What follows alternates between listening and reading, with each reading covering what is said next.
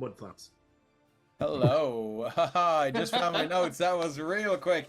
I was lost in my notes. Anyway, good evening and welcome to episode 20 of Rebirth of the Graven King, formerly Journeys Adjacent to the Radiant Citadel, right here on the Emerald Collective. Rebirth of the Graven King is a mini campaign of my own design. It features the Radiant Citadel and the campaign from the campaign of the same name. Basically, I started running that and I was like, nah, I think I've got a better idea. And, well, time will tell whether it is or not. My name is Dave Gibson and I'm the Dungeon Master. First up, we have a few announcements to get through before we start rolling the dice, my friend.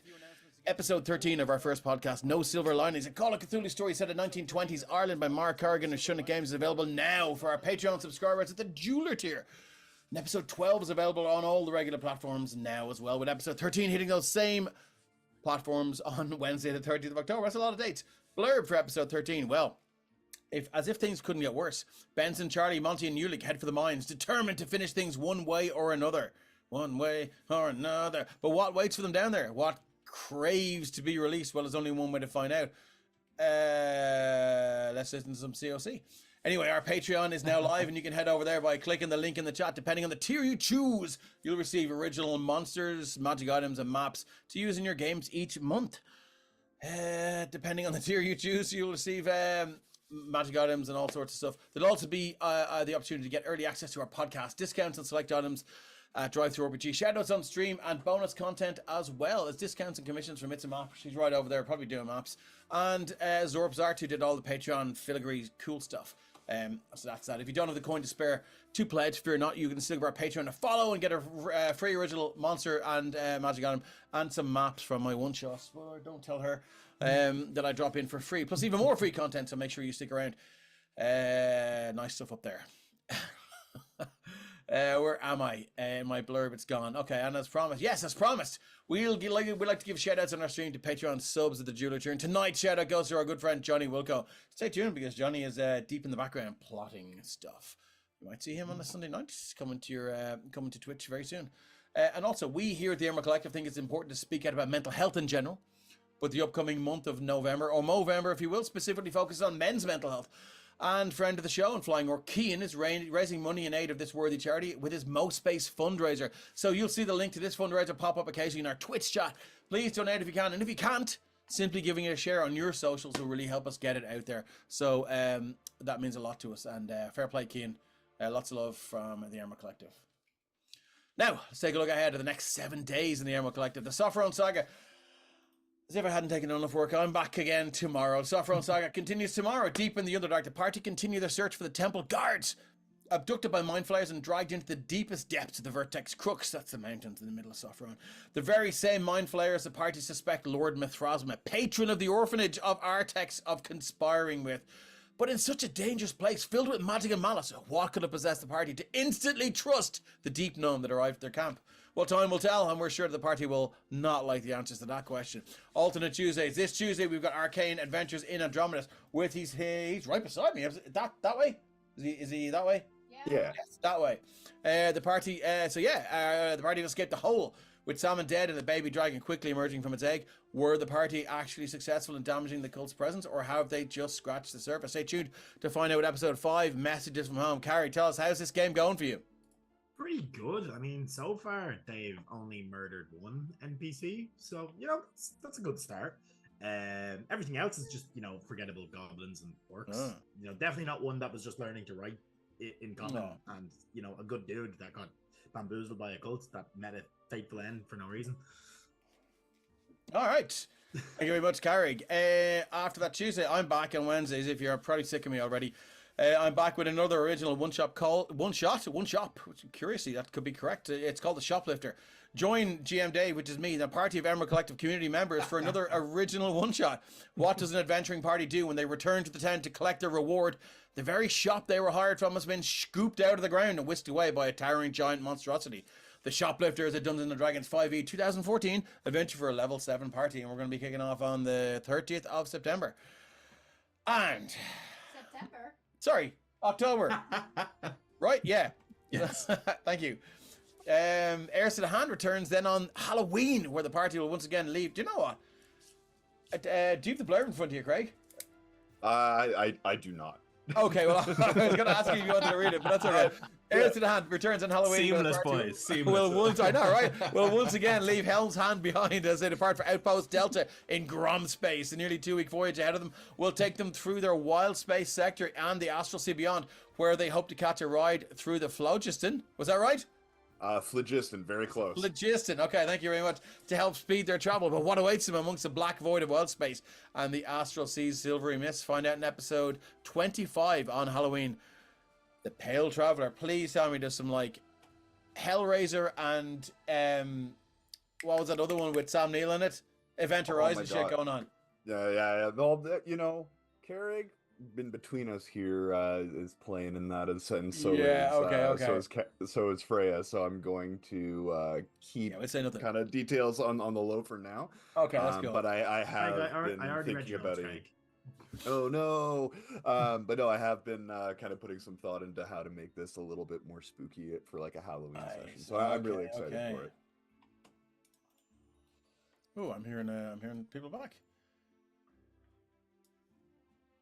Hello? Oh, I was hearing people back there. That was kind of weird.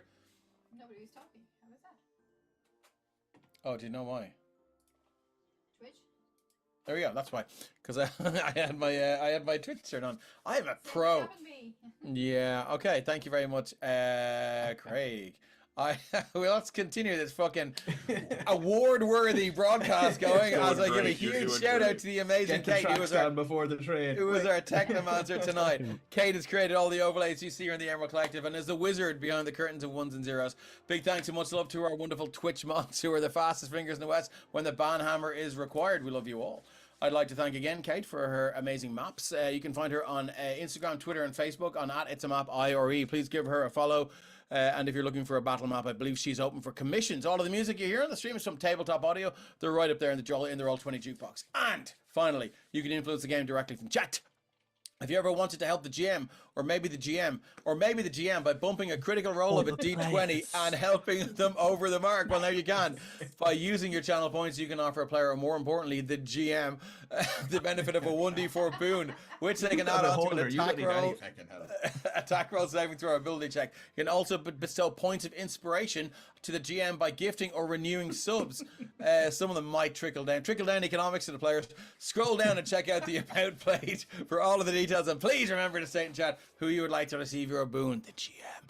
When with all that out of the way, let's meet our heroes. First up is Keith, who we'd all like to congratulate on the successful casting of the ceremony spell. Keith is now a married man, and we here at the Emerald Collective are all delighted for you and your wonderful wife. Keith, tell us about the wedding. Tell us how happy you are, and tell us about your character. First thing that happened was I had to leave, so I couldn't play D&D, and then it was all over, and now I'm back here, so that's good.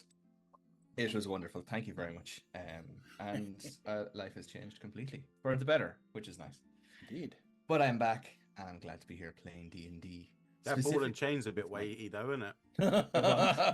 The ball and chain's a bit weighty, I said. It is. That's why I'm here. I can't leave the desk. But I'm back with my good friend Nira, the Tabaxi monk, or Tabashi monk, as I think they pronounce it, who was very expertly piloted last game by Craig. Fine work, sir. Fine work.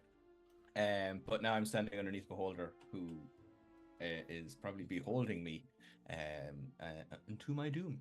But I'm looking very much forward to it and figure out what the hell Nira's going to do with no long range capabilities or spellcasting. So that's going to be exciting. But thank you very much for having me back. I was glad to be here. Yay! Great to have you back. If I get hex of my own ring and never leave the house, is Craig in chat. Nice. I love your work, sir. Let's go next. Second up is Freya. Tell us a little bit about you and who you're playing tonight, Freya.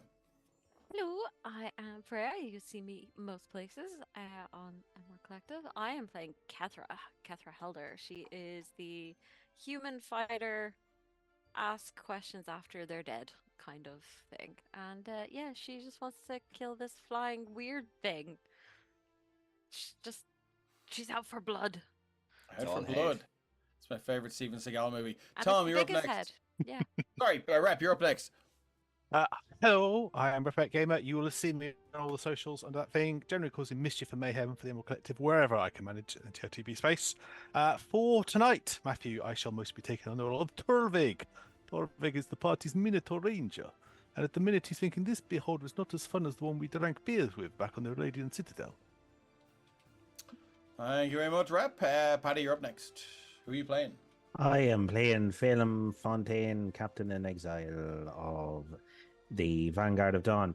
He is a very, very stout halfling with a belly like a barrel, with a barrel full of bravery and a head full of hot, steamy recipes. And a head full of possessed swords. But anyway, next up, Ryan.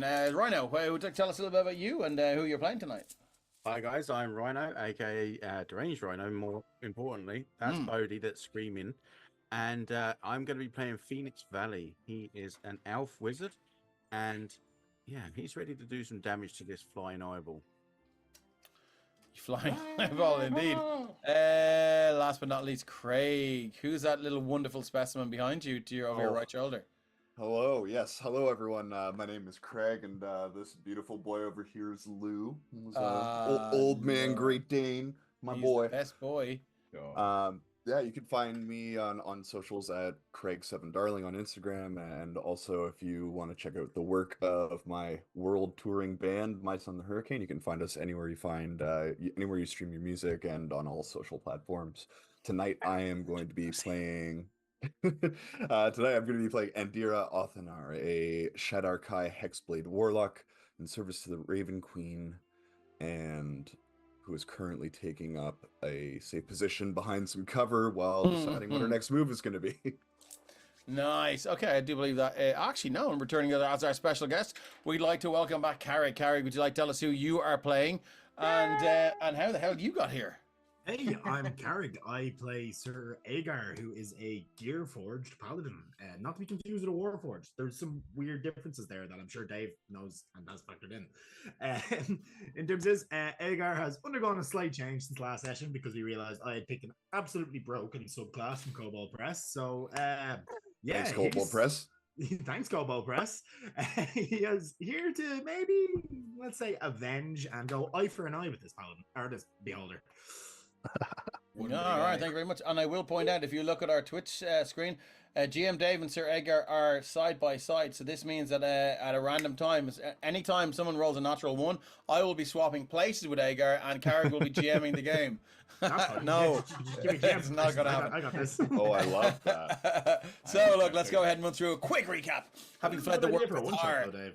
Yeah, that would be a good idea. Yeah, having fled the world of Thar and a strange craft hidden in a cave in the mountains, a whole undead army hot on their heels, our heroes arrived in the Radiant Citadel in a deep ethereal, a refuge for the displaced and lost. While they were immediately welcomed by the community, one of the ruling council, the wizard Nob, ascertained that the son of the Graven King, the powerful undead entity at the head of the massive army of the dead, had attached some sort of scrying focus with a little underhanded throw, like that, to their escape craft, thus granting him the ability to locate the citadel in the ethereal. And this was not a good thing, in fact, a very bad thing. Agreeing to make the trip to the island of Garthas, the supposed birthplace of the son of the Graven King, the party have been tasked with retrieving any and all information pertaining to the source of his power and returning to the Radiant Citadel so the council can form a plan to defend their home.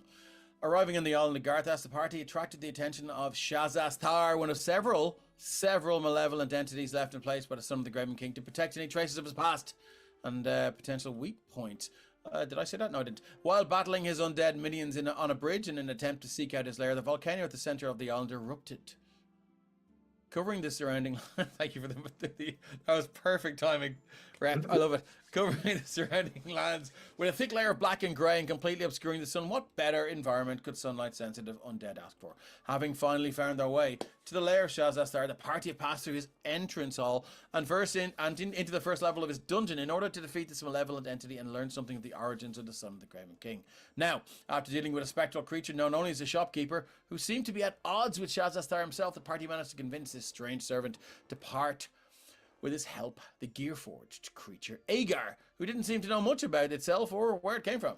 Passing through the corridors and into the domain of the Watcher, the party soon realized why this creature was named so, as a huge beholder rounded the corner with one thing on its mind: murder. So, which of the party will fall foul of the Watcher's disintegration ray? Did anyone think to bring a dustpan and brush? And what lies beneath the staircase that the Watcher's been charged with defending? There's only one way to find out. And what's that? Play some fucking D&D. Yeah. So then we just change the music here because that Spirit's wizard shop shit. We're just going to talk to him. We can get the wizard's thing going. It's Where's fine. my Just, I'm gonna go I bet he's a Witch nice Mountain. guy. just roll off from a bear. We're all grand. Be fine. Exactly. Now, please Couple tell me if the persuasion music's too loud. checks, and we'll wait till this whole thing blows over. Yeah. Okay. Jester, you say? Well, now. All right, chat. Give us a steer on how good the music is, if it needs to come up or needs to come down. We are back to the top of the round. Top of the turn order. Torvik, as you see this thing, it's 20 feet in the air. Its central eye seems to be looking eastward toward the wall. Agar is beneath it. Nira has just scrubbed down, bounced, parkoured off the wall, and just scrubbed it on the way down. You can see Phelim hiding behind, counting his shirts, hiding behind the steps here. Kethra Helder is kind of wondering what the fuck to do, and she's got her little Albert, her little boy, little kobold skeleton Albert, who I will shift Z. He's a tiny little dude there. See him? Right. He's lovely. And then we've got Torvig, who's standing behind the pillar. Doesn't know Kethra's on the other side of the pillar. They'll probably frighten each other at some point when they come around. And Dira is down the bottom of the room. And then we've got Phoenix Valley. But this moment is all about Torvig. Torvig, what are we doing? Not really going to help our buddy. He stays up in the air, but I don't think I can get him down at the moment. Okay. For now, we're just going to shoot him. Why not? Sure. You have I advantage. believe. Yes. So we pull back. As he's not looking, I can use the magic bow, which is You nice. can. Yep. Ting. That is a 20 to hit.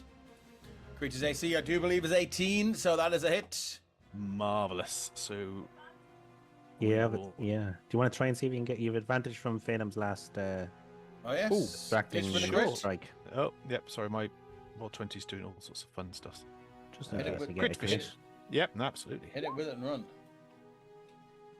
Oh, okay, we'll take the 20. I'll take the unnatural 20, thank you. So that is The aberrant 20. the other one, aberrant. They're all ticked.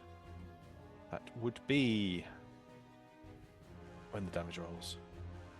Oh god, this is. Are we rolling? It'll be the first set of damage if it rolls more than once. There we go. So 6 acid, which is nice. And, Okay. 6 magical piercing. And I don't know, I need to roll psychic damage on top of that. Oh no, there it is. And 2 psychic and 3 extra magical piercing. Okay.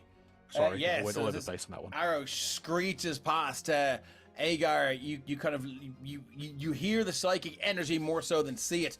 That sort of wraps around this arrow and it shoots by, enters the side of this beholder with a very, very audible squelch, and it doesn't. And then you notice it disappears. Yeah. Just leaving a bloody mess of mangled trace as it does so. Nah, I do believe you'd like to use your extra attack feature, would you? Go on then. You've convinced me. I Yeah, shall I use figured my I could extra attack. persuade you to do that. As I've taken the shot. So pull back again. The copper arrow appears. Ching. Or whatever that's going to roll to. 19. 19 is a hit. So I do not get as much of the damage this time round. Sadly. So that was only going to be. What are we going to roll? Are we not? Our roll 20 is acting Apologies. shite for us tonight, is it? Yeah, it's going very slow for me tonight. I shall wind the hamsters up while the turn order goes around.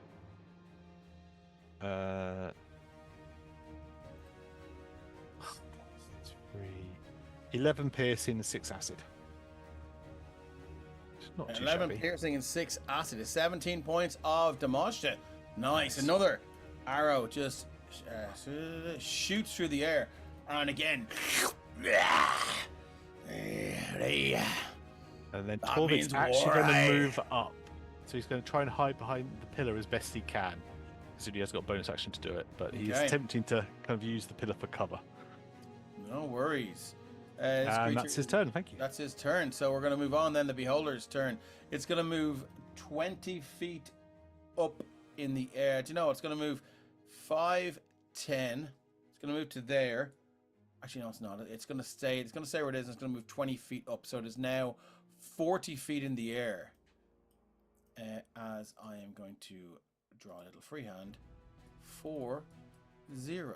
Can we all see that? Excellent. Cool. So now it's going to make 3 eye attacks.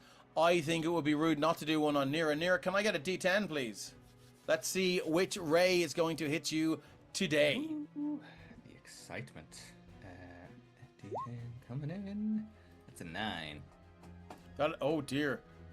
We're going to go with the disintegration ray, Nira. Now, before anything happens here, God. I'm gonna bop this. I'm not gonna bop it in first. Now, luckily, it's a dexterity saving throw, okay?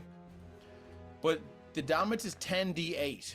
Mm-hmm. If the damage is reduced, if the damage reduces the creatures to 0 hit points, body becomes a pile of fine grey dust, and you are gone. Before you roll any dice, can I just? Is it? It's not a. It's not a. No, half damage thing. It's all or nothing, isn't it? It's save or squish. So that means evasion doesn't work. Evasion will do nothing, I'm afraid. So what I'm gonna do is I'm gonna click this, and we're gonna see how much damage, because with this with the description into the Roll20 chat bar will also come the damage. So here we go. 45. So that's okay. Hold on 1 second. Wait. That's the average. I need to roll for this. Yeah. Okay, so I'm gonna go slash or. So it could be less. I've got 50 hit points. Okay, so I'm gonna slash or 10d8. 41. That's better. So I need a DC 16 dexterity saving throw. You're gonna take 41 points of damage. That's all right. That was a DC 16 dex saving throw. Okay, I've got 8 on my dex. So I need to roll an 8. I think it will be alright. That's a hot 18. Okay. You see this thing coming for you, and you manage to just shing.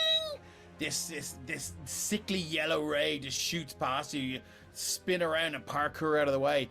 They kind of looks at you and he goes, "Hey, you're next, aye." So it looks at Agar. Agar, can I get a D10, please? I'd really rather not, Dave, but okay. It's 5. I don't know what that is. Oh, do we still have that little cobalt up on the screen there? Or have you clicked it out, Kate? No, sorry, I haven't clicked it out. He is there. I was wondering what was going on. I was refreshing. That's a 5. So we're going to go with an enervation ray. So can I get a DC 16 con save or take 8d8 necrotic damage? Yuck. Slash or 8d8 as this pink ray shoots out for 46 points of damage. There's a +4 for my aura protection on this. I don't know where the 1 is coming from, but it's sorry, +3, so it's a 16. So 7 + 6. So 16 is exactly what you need. Yeah. I'm gonna have to up the fucking stakes here, lads, because you're all doing pretty well here. Okay, cool. And I think we're gonna go one more, but we're gonna do the third eye ray comes to Phelan Fontaine. Phelan, would you like? It can see you, so you're half cover there. Let me just remove any kind of Oh, that's not what we want to do. 1 second there. There we go. Yeah. Oh, hold on. I don't think he can see Phelan. Okay, so we're gonna. Do you think he can? Let me move it. Probably not. No, I don't really. Well, like, Trying to get past that. It's hard to say. It's a beholder. Yeah, no, but it's just like the very edge of the thing. Like there's that. Yeah. Near, could you move your token for 1 sec? Because I just want to be fair about this. No problem. So we can just see the. We can just see. How high are the walls around the stairs? Roof height. I thought. I don't think he can see him. Do you guys? But like that, is that like the bottom of the stairs? That whole wall section is like a huge pillar. It goes up to the ceiling. Okay. All right, well, if that's the case. But then if it's up to the ceiling. Yeah. I'm going to say, Phelim, you're okay there, buddy. Yeah. So, Neri, you can move back there. You can see me. Yeah, wasn't And then you're gonna blast Nira again. Actually, can I think we're gonna go one on. We're gonna go one against Katra. Katra, can I get you to roll D10? This is why you don't open your mouth. But we're all being fair. Oh God, a 10. The first time I roll high on something. Did you roll 10? Yeah. Okay, Katra, this is the death ray. Shoot. The target must succeed on a DC 16 dexterity saving throw or take 10 D10 necrotic damage. The target dies if the ray reduces it to 0 hit points. Are you ready? Better than disintegrate. So hold on. / or 10 D10. This sickly black ray with these yellow sort of sparks and nerves and veins around it just shoot out, and you can see this wicked smile stretch across the face of the beholder as it looks at you with that eye. 65 points of damage if you fail this, and if you fail this, Kethra drops dead. So can I get a DC 16 dexterity saving throw? You do have inspo and boons. You have an inspo and a boon. So scared. I am actively sweating. And you're not. Yeah, you're unfortunately not in my aura. So yeah. Oh my God. Oh shit. Okay, so you have one inspiration left, Kethra, Okay. and you have a boon here. Okay. Okay, I'm gonna use the inspiration. Okay. Because Can I ask if that's you have a just- backup character prepared? No, Okay. I don't. This is my Catherine. No. Okay. Okay. Here comes.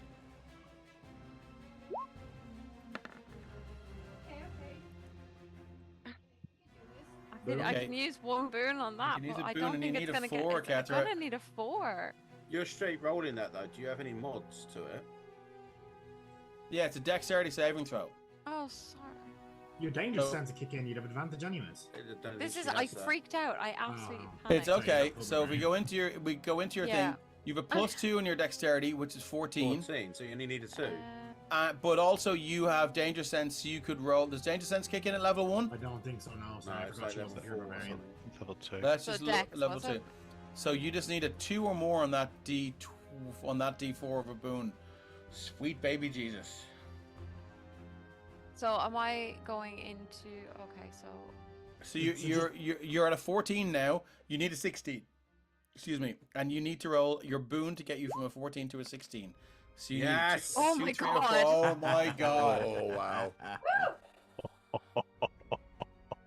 Wow! You're welcome. Yuck. thank you so much. Oh my God.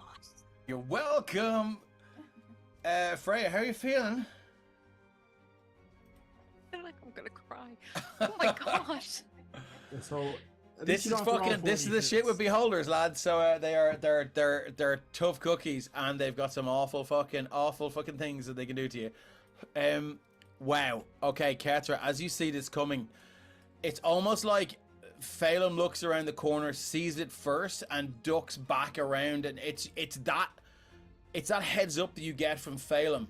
And Nira doing the bullet time, just throwing themselves back. That you see it, and you just throw yourself up against the pillar, and that death ray just shoots by. But you feel, as it passes you by, you feel this sickening aura, and you feel sick to your stomach, and you feel nauseous, and your eyes begin to dry out, and the whole side of your body there you can feel now. It's just almost like you've got like this very, very sort of scabbed over skin. It was a very, very close call. But that is it for the beholder. It's only got the 3 eye rays, I do believe. Let me see if it's got anything else it can do.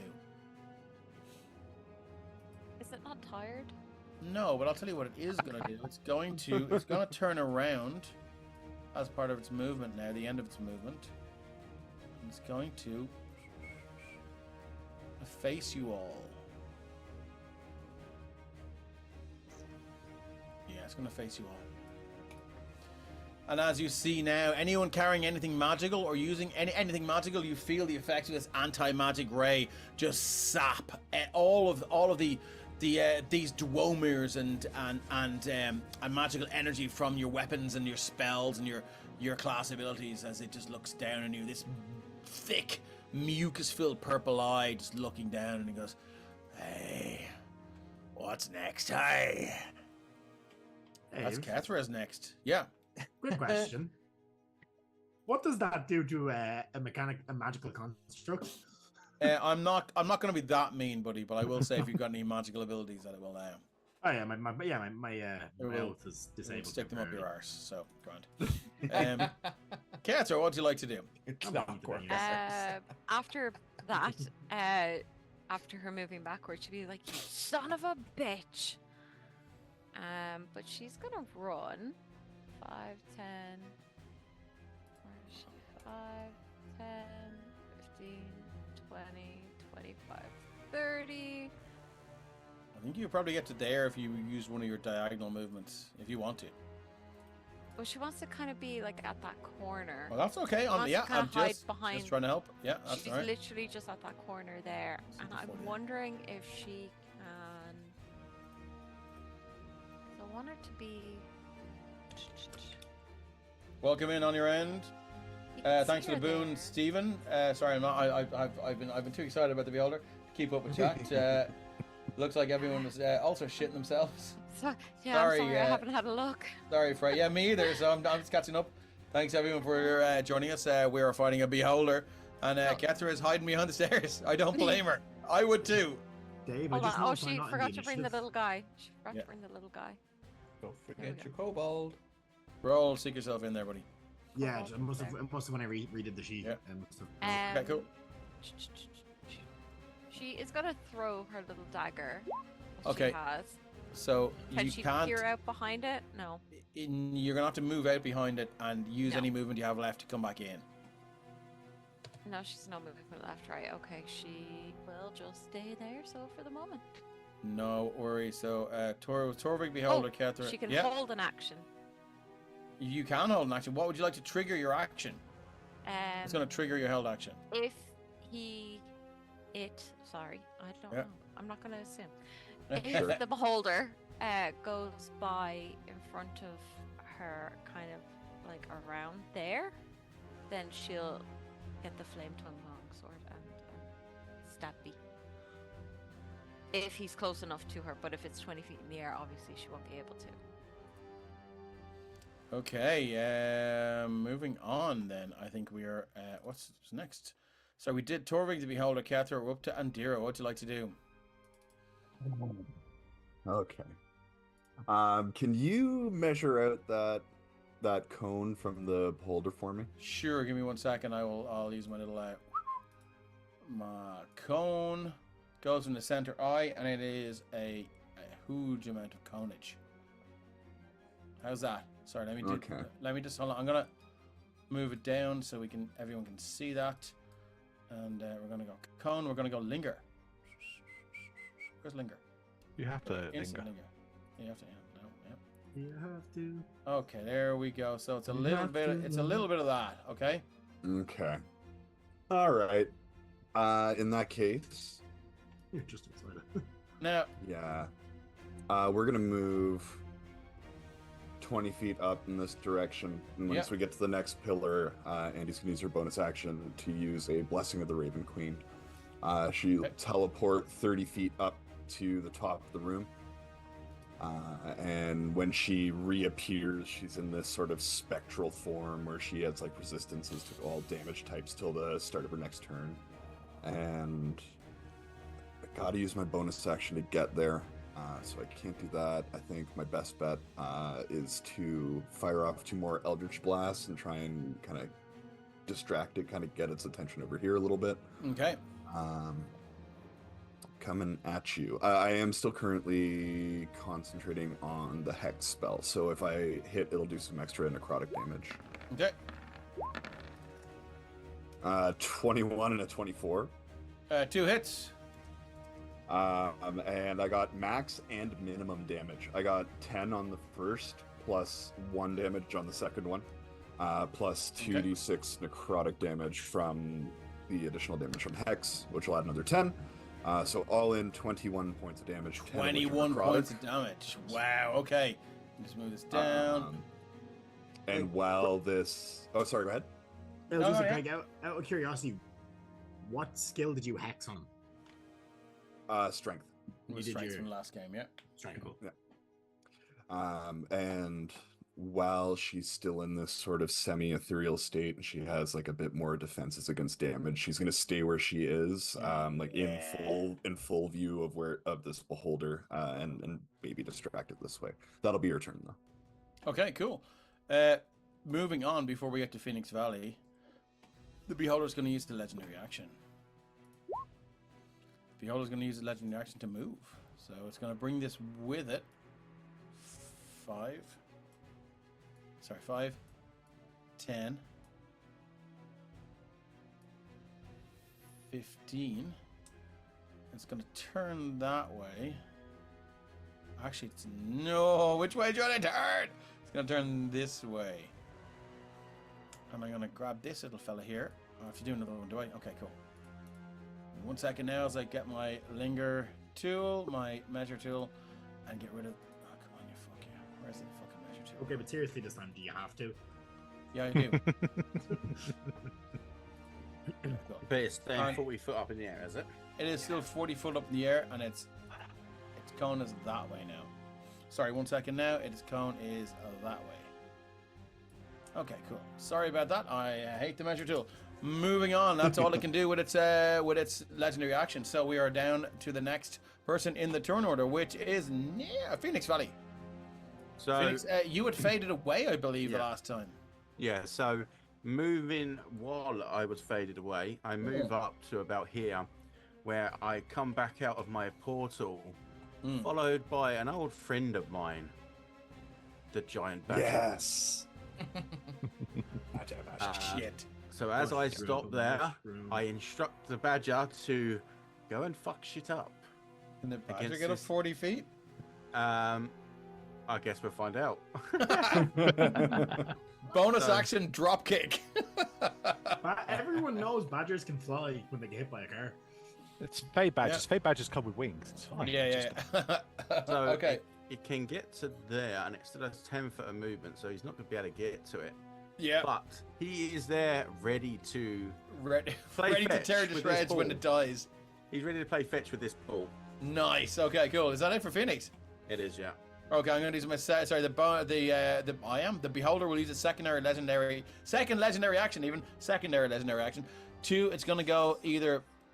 It doesn't be the badger as a threat, more for it. It's going to go for either Andira or Kethra. So it can see Kethra. Sorry, yes. Yeah, can I get who would like to roll a d10? Kethra, roll me a d10, and 1 to 5 it's Kethra, 6 to 10 it's Andira. Oh god. Clearly this thing has never met a badger if he doesn't view a badger as a threat. It's 40 feet in the air, 6 to 10 it's Andira. Okay, Andira, can I get a d10? You're angry at the DM. Starting the party now. Ray, you do not anger him further. Definitely disintegrate you. That is a 6. What's number 6? It's a telekinetic ray. The target is a creature. It must succeed in a DC 16 strength saving throw, or the beholder moves it up to 30 feet in any direction. Can I get a DC 16 strength saving throw, please? 22. Motherfucker. Okay, so I do believe it's just going to keep you there. It is restrained. It is restrained by the ray's telekinetic grip. It doesn't. Nothing happens if it passes the deck savings. Boo earns. Okay. Sorry. I'm very sad. That's okay. No, I appreciate it. I would have got there eventually, but I appreciate the head start. Okay, moving on then. We're up to Nira. I have one more left. I'm going to make this one count. Hey, Dino Bags. Nira would like to climb up the walls and leap onto the beholder. Okay, so the beholder's currently 40 feet in the air. What's your climb speed? My climb speed is my movement, which is 45. A million. It's we start at 45, and then I can use a key point to double. Well, I can double it as an action. I can double it again as a bonus action with Step of the Wind. I could double it again with Feline Agility. You're just showing off now. So I'm gonna say, what could I use? I don't think you used Feline Agility last time around, did we? No, we didn't. So, if you want to drop Feline Agility in, I think you need to not. When you move on your turn in combat, you can double your speed. Once you use it, right, you can't move. You can't use it again until you move 0 feet. Yeah, so I have to stand still after I do this. After you do it. Yeah. Homebrew Show says we should run away with all that movement. Yeah. You're not wrong. Hey, Ben, great to see you. So I would like to. It is DM. Is it possible? Is there mechanics for a cat jumping onto a beholder? There fucking is now. Let's do it. Real cool. Let's figure it out between us. What would you like to do? Okay, so move your token around. So he's 40 feet in the air. How much movement have you got? So doubles. You've got 80. I can get up to 90 with my feline agility.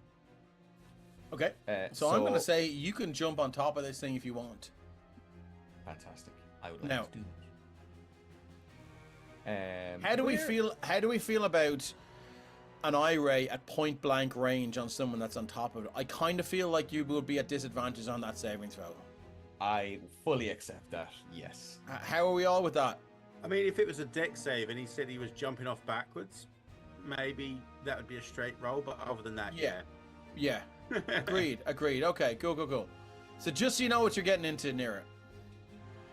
It's Nira just. Nira's fucking embraced the chaos these last few games. Absolutely, yeah. Yeah. Just grab it by its eye sock and pop that thing off. Okay, so you're gonna jump. Can I just get give me an acrobatics check just to see how pretty this is? She ain't pretty, but she'll fly. Just don't roll a 1. Oh, it's a 14.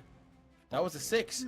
Yeah, look, you scramble up the wall, you scooch around, and then you push off like Batman in that old NES Batman game when he jumped off the walls and flopped up to the other side. And you the claws shing, and you reach out and just you hear and feel the squelch of your cat's claws as they dig into this glistening, fleshy, moist mass even of aberrant flesh, and you can see all the eye sockets immediately turn around and look at you as you're sort of scrambling on it. Your legs over the dangling over the central eye. You can see it. It just looks up, almost like rolling back inside its head, as if to try and see you better. Nira, you are now on top of this thing. What would you like to do? I don't know. Nira hasn't thought that far ahead. But now that we're here, I think probably something along the lines of, and again, I am fully happy. Like, I think that's more than enough chaos for one round. But I think their objective next round, and maybe it'll be something like calling out to the rest of the team that I'm gonna pull out my rope and try and like throw it down. Actually, I think if you'll allow me, I'll throw down, holding on the rope. I feel like you've only used your movement here. Sorry? You've only used your movement. Okay, well, if that's the case, you've got an action and a bonus action left, so let's make this epic. Beforehand or afterwards, I'd like to tie the rope around my waist and then I toss the other end down and say, "Someone grab on, we're going for a ride!" And then dig my rainbow claws in really hard. Why did you turn into Rasta Mouse? The claws dig in We're again. going for a ride, man. Welsh. Everything gonna be ID. Everything gonna be ID. It might not be Irie. Yeah, well, let's see. It very much will probably not be Irie. Kiss my lucky egg, says Dino Bags. As this thing, oh Jesus, Dino Bags in here. He doesn't realize this Violo is a Northern Ireland accent. But yeah, as you grab on, your claws sink in and just they drag these grooves down this glistening sort of aberrant flesh, and you pull your rope out, wrap it around yourself. Can I just get a survival check just to see how good this knot is and this tie up is in the heat of battle in 6 seconds that you've got to do this? I just like to see how good you are with this. 24, expertly tied. As you whip my tail. You Bear Grylls the shit out of this. Yeah, exactly. And yeah, you don't piss. You don't need to drink your own piss to do this. And you. But I can't. Throw, right? You could if you want to. Bonus action, drink your own piss, no problem. As you throw the rope down, you hear this like, "That's how it's gonna be, is it?" Is that it? Yeah, and in honor of what's probably going to happen next, and Carrick, and you've inspired me to have a kind of Liquid Death. I think it's going to use its last eye ray, and it's going to be flat bang, point blank at Nira. Nira, can I get a D10, please? It's not going to be liquid death. It's going to be liquidized death. Yeah. Yeah. He's from the north of Ireland. Oh, kind of like that. That's a 9. Did we get a 9 or disintegration ray? I feel we've got that this round already. Is that the rule? I nearly got hit with a disintegration ray already. Is that the rule, It definitely used it on its turn. I don't know if that counts for legendary actions. Yeah, this is the thing. Yeah, I feel like it does count for legendary actions. I think we've ruled it that way before. Yeah, that they just so recharge at the start of his next turn. So let's go one more then, Nira. Like, give me another D10 there, and we'll see if we can cook up something nicer for you. I don't actually remember the original rules of Beholder because I changed it for my own game. Yeah, it's your first cousin maybe. That's a 1. Oh god, it's a charm. Oh, it's a charm ray. It's a charm ray. DC 16 Wisdom saving throw, please. Feck. He's not the wisest, is he? No. No. Oh yeah, monks kind of dabble in wisdom, don't they? They should. Oh, I'm buddy. not sure Nero They has. should, yeah. Nira's pretty far away from Very wisdom, slight to be double. fair. Oh, shit. Shit, lads! I was really hoping to turn Nira against you. That is That would have it. been really fun. That is it for Nira and its last legendary action. Phelan Fontaine, what have you got? As you're standing there, you feel the blade, the short sword in your hand pulse. And again, you hear that voice in your head. This is a being of true power. Kill it for me, Phelan. Kill it for us. You're muted. It's a bit of an anticlimax. Phelan smirks away, and as he's actually floating in the air from the last time, he's 20 foot up because he attacked it the last time when he was flying, and he grips the sword, and then he kind of clicks his heels, kind of Dorothy-esque, and he can, as a bonus action, following on from the last time when he activated with the Wayfarer's boots, use dash as a bonus action. So that'll give me 90 movement for what I'm going to do. So did you say you were flying? Yeah. How are you flying? Flying potion. Okay, cool. So How high are you flying first? I was up at the same height that the Beholder was previously, 20 so feet. it's 20 feet. So Yep. I'm coming around here. Okay. That's, I'll do the move. I'll do this. I have enough movement to get there, anyways. And I'm rising up to him, but I'm actually not rising up too much. I'm gonna, if I can, Dave, can I flank him on a different plane? Can I flank him from beneath if Nir's on top? I don't see why not. We're kind of pushing. We're pushing the boundaries here, lads. But I mean, look at go on.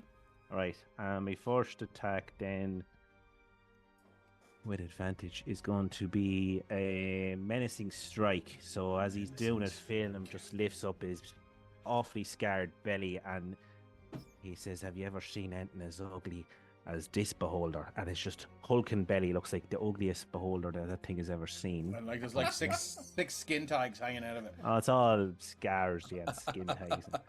So here we go. He's actually going with the other one. Let's see. You look like a hairy testicle.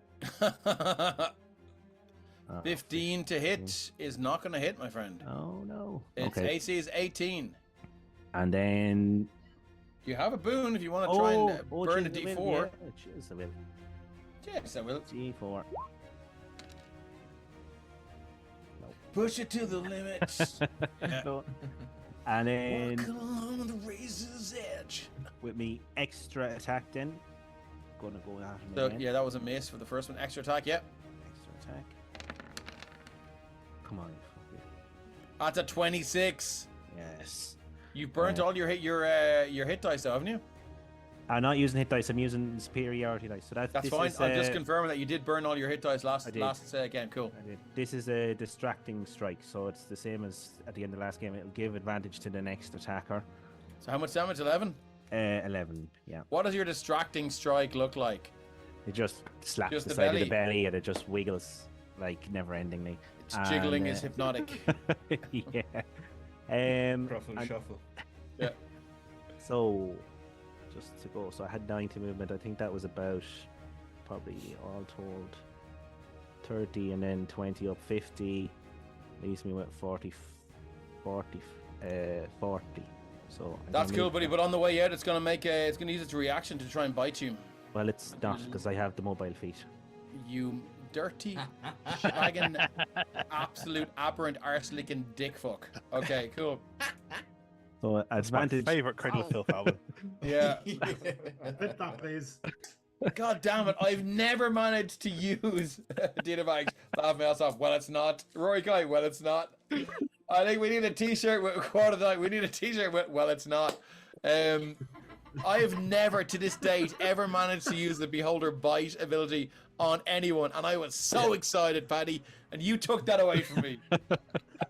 I would say sorry, but I'm not a bit sorry. Yeah. Is that it for Phelan Fontaine then? That's it. Just to remind you, there's a fucking about to be advantage for the next attack on the thing. Okay. Agar, what are you up to? What are we up to here? So, I'm gonna run out of its eye line and go to here, and then I go to I here. love the way you all know that it's an anti-magic ray, but that's cool. I mean, it's Beholder. I feel like Agar has an experience. It's alright. I'm only joking. No one's actually had any. No one's actually had any anti-magic effect yet. But anyway, let's go. I'm just trying to get close to it, and I'm gonna Misty Step because I already have advantage. So I was gonna do something else, but fuck it. I'm gonna Misty Step up to it, and gonna try as I'm on my way down, make 2 swings at it. Okay, roll for swing the first. Yeah, so first one I believe is at advantage because of what Phelan did, if I'm not mistaken. Yes, indeed. So, here comes the nat fucking 20 now with the smite. Please.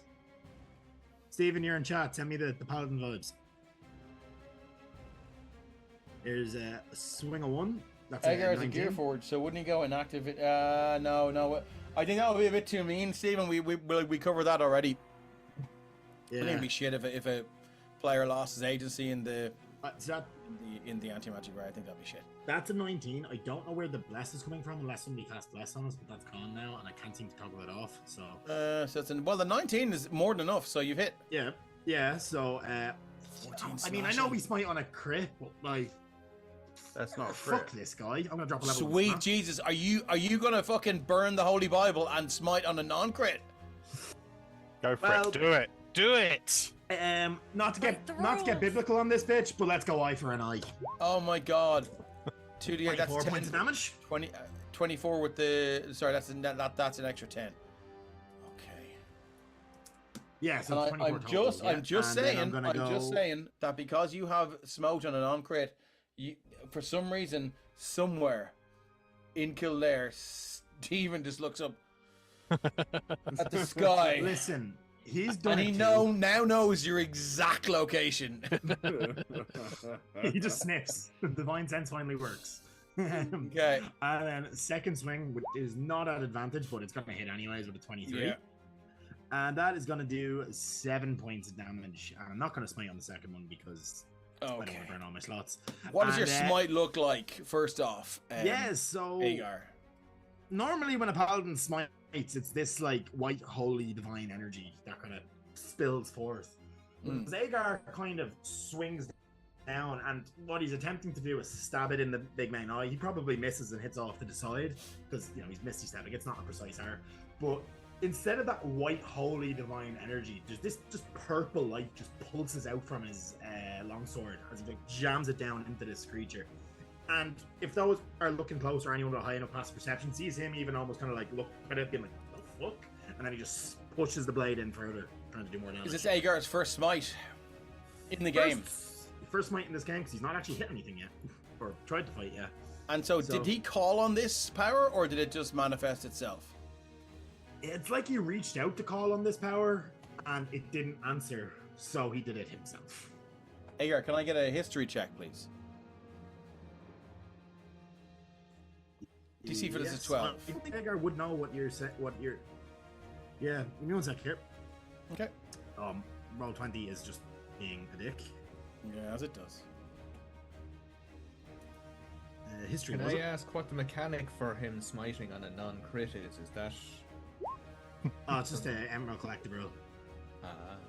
Just Stephen is our general paladin player, and the rule is you always smite on a crit. but Stephen seems to only smite in a crit. So Alright. somebody has smoked on a non-crit, and the blasphemer must be burned. It doesn't always smite on just Prince a appears crit, out the on sword, non-crit. singing "Thieves in the Temple." Yes, Rory Kai, love it. So that was a fail. Yeah, it's a 5. Okay, Even cool. That's a paddling. That's a paddling. That's a paddling. Agar, Or a paladin. this moment when you swing down and this smite manifests itself almost as if like half of itself and half of yourself drawing upon it, and the smite almost as if the smite is drawn upon you as well. For a split second you get this flashback and you're wading through waist deep in the swamps of this island, searching for the vampire. The name, this vampire eludes you, but you remember looking around, and you look around for your party members that came on this quest with you, and you can't see them. And then, oh, you're back in the room, and you're back in the room, and you're that vision just snaps away, and yeah, for a second there, something almost flashed into your mind. But is that it for Agar? Yeah, now question. Yeah. Because I misty stepped and then stabbed it, am I like stuck into the top of this thing? My fault. Not if you are where your token is. You're about to fall 20 feet. I would have misty stepped. I did vocalize and misty stepped onto him, but I just didn't want to move my token on top of him to like. Okay, well, if you misty step onto him, then I'm gonna need the same thing. I'm gonna need an acrobatics or athletics check to hang on to him. Okay, I will go with athletics if my sheet will roll.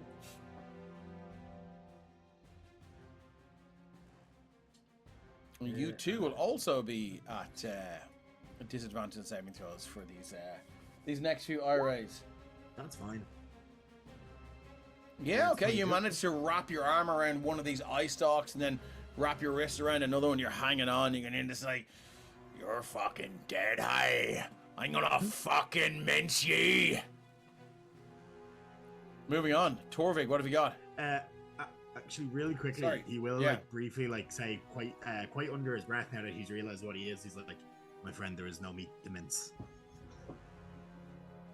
And just kind of like stand there. His blade is kind of plunged in. His arm is wrapped around one stalk. The other is around the sword has jammed into this creature's like flesh. Okay, love it. Dino Bags in chat says, "You're swanging from him." Aye. A real Smiterian smites the dust if necessary. Hey, use a smite slot, get 2d8s and a crit, it's 48. Lovely. Okay, lovely. Yeah, moving on. Torvig. What's Torvig doing? Well, Torvig's just seen his magic bow go. Yeah. Well, fuck. So 5, 10, 15, 20, 25 to start climbing the wall. Misty step up.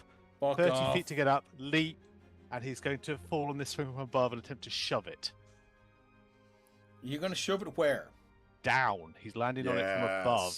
Fucking This is not attack to shove the thing down. What?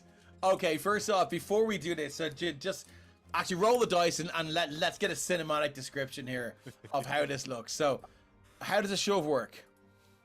Shove basically replaces one attack action. Depending whether you use old or new school rules, it's either an attack roll or it's a contested strength. Well, we're on old rules. How do Then old it's a rules contested strength. work? Okay, which is it still at disadvantage on that? Yes, Because it of is the because it's hex. hexed. Okay, cool. So we're gonna go. So do you want to go first? I will go first. And how far can you shove it? So I can use athletics, can't I, on this? And boosh. Come on. Oh my god, a natural. That's a 20. natural 20. So Torvig basically leaps onto it, and there's he's 30 feet higher up, back flips off down, and it comes down horns first, right into the center of this thing. And how far do you push it down? Let me find my hammering horn ability for a second to give you a dice roll. Hammer my own horn and never leave the house. I did, and that's how I tore my shoulder.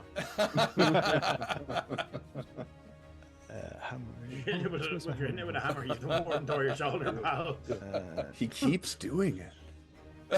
Yeah. It must be agonizing, but he's It'll still only doing be 10 it. feet if I do this hit. 10 feet. 10 feet on that shove. So it'll be Let's see down if from we can do 40 to 30. Yep. Okay. Okay, so you land it down. It's now I'm gonna put that here, 30. And then pretty second grounded thing up is he here, leaps so- back onto his horns. He's going to use his second attack to shove again, and now he's just going to basically stomp down with the horns, Okay.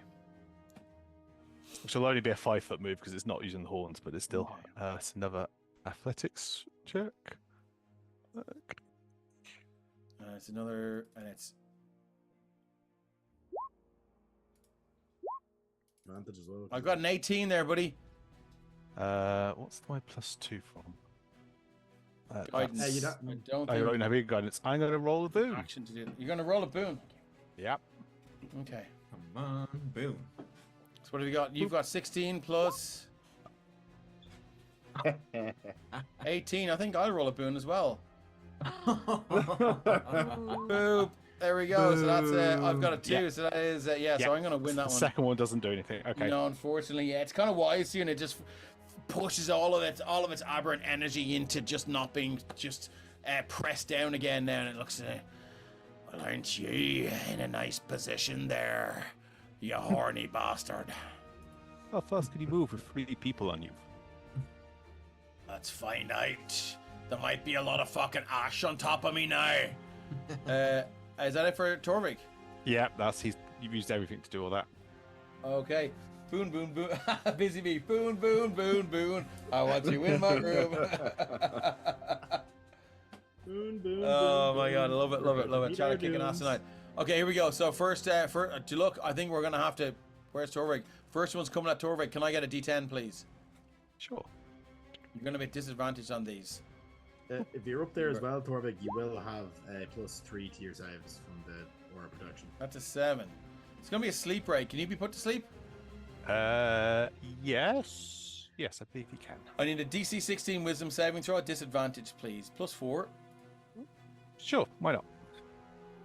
Nothing better to do this particular turn, so. +3, not 4. +3, sorry. I'm not as charismatic as Erixium. I'm so used to having that beautiful So path. Constitution, you said. Yes. No, Wisdom. Wisdom. Apologies. Okay, we'll go with the Wisdom.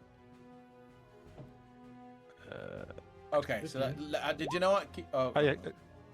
I need to keep the 12 and add whatever your Wisdom modifier is. 9, so that would be 13, 14, 15, 16 with the Paladin.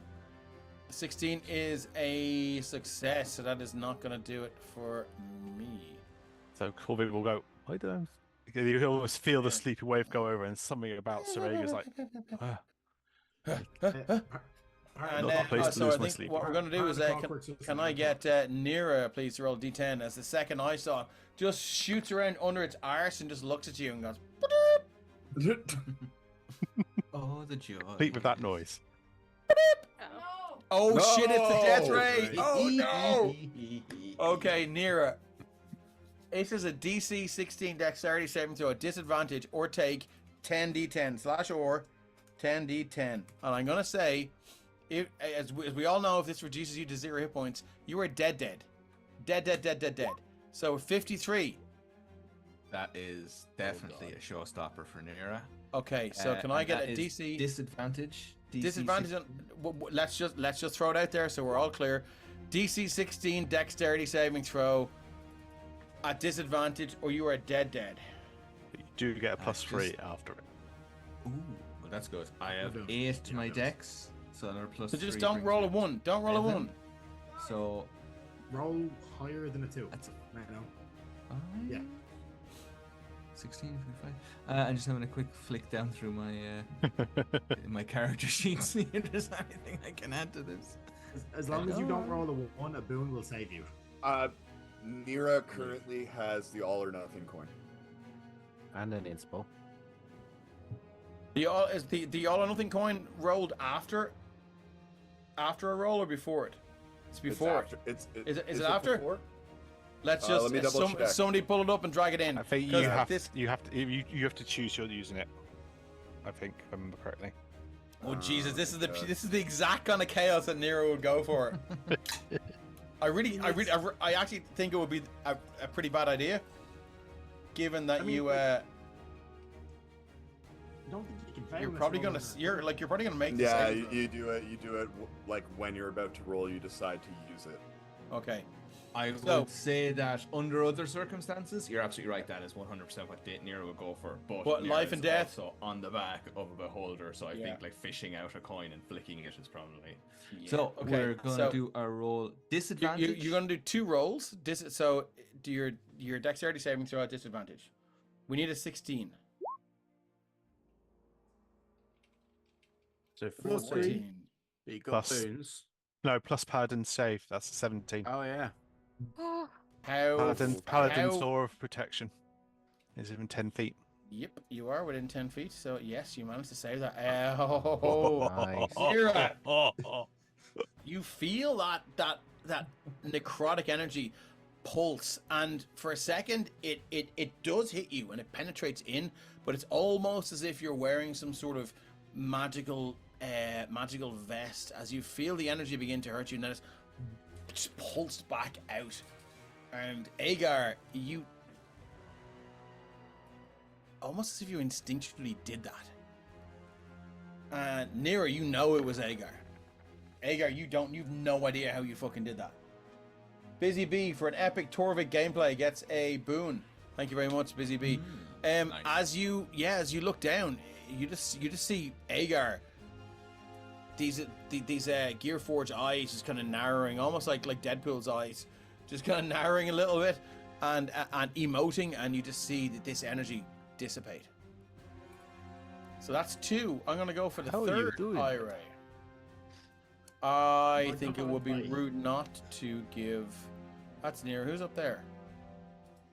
Agar is up there as well. It's Agar, Nira, and Torvik. Actually, look, we're gonna have to give a. Did you know what? No, we're gonna give Andira one. Actually, no. Do you know what?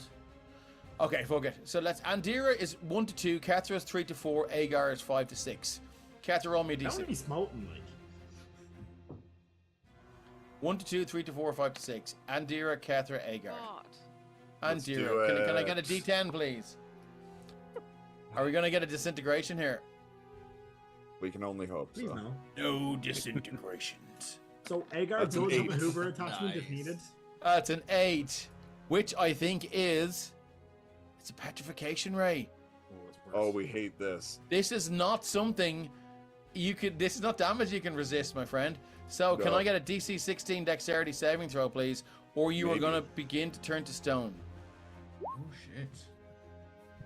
That's gonna be a 5. After 5. I That's a do. strong I 5. do You have an an inspo. inspiration. I'm gonna use it. Okay, you have an inspiration. And it's gone now. Technomistress. 6. That's a 6. Yeah, that's that. Okay. Oh, Get- real life fear unlocked. Ugh. As the tussle between Agar and Torvik and Nero, you can see the three of them just hanging on, slipping off the slick and wet surface of this aberrant creature that's just trying to hang on. The eyes shooting around and blasting these rays. One of them just stops and, almost independent of the struggle, just points directly at Andira, and you see this eye begin to bulge. Boom, boom, boom, and it shoots out this dark gray beam straight at you. You throw one shoulder over, but it catches you square there, just beneath the clavicle, and then you feel that whole shoulder begin to just tighten and tense up, and you look down and you put your hand to it, and then that gray energy begins to seep up the fingers that you've just placed to that significant wound. And you look down and you see the flesh of your arm beginning to turn gray and brown and dark. And you look up. You catch Kethra's eye line. And what does Kethra see? Does Kethra see a panicked Andira here, or? Yeah, I When those think eyes lock. there is real sort of fear. It's like the understanding of what is happening to her is kind of going over. I think that she's maybe a bit speechless in the moment, but yeah, it's visible. Something is very, very wrong for sure. Okay. Now, the way petrification used to work in 2nd edition was you got petrified, you're petrified. The way it works in 5th edition 2014 is you get a second saving throw at the end of your next turn. Yes. And I'm restrained. You're currently until restrained. Then? Yeah. Luckily, none of us got hit with that up on top of that guy. Right. Moving on. Katra, what would you like to do?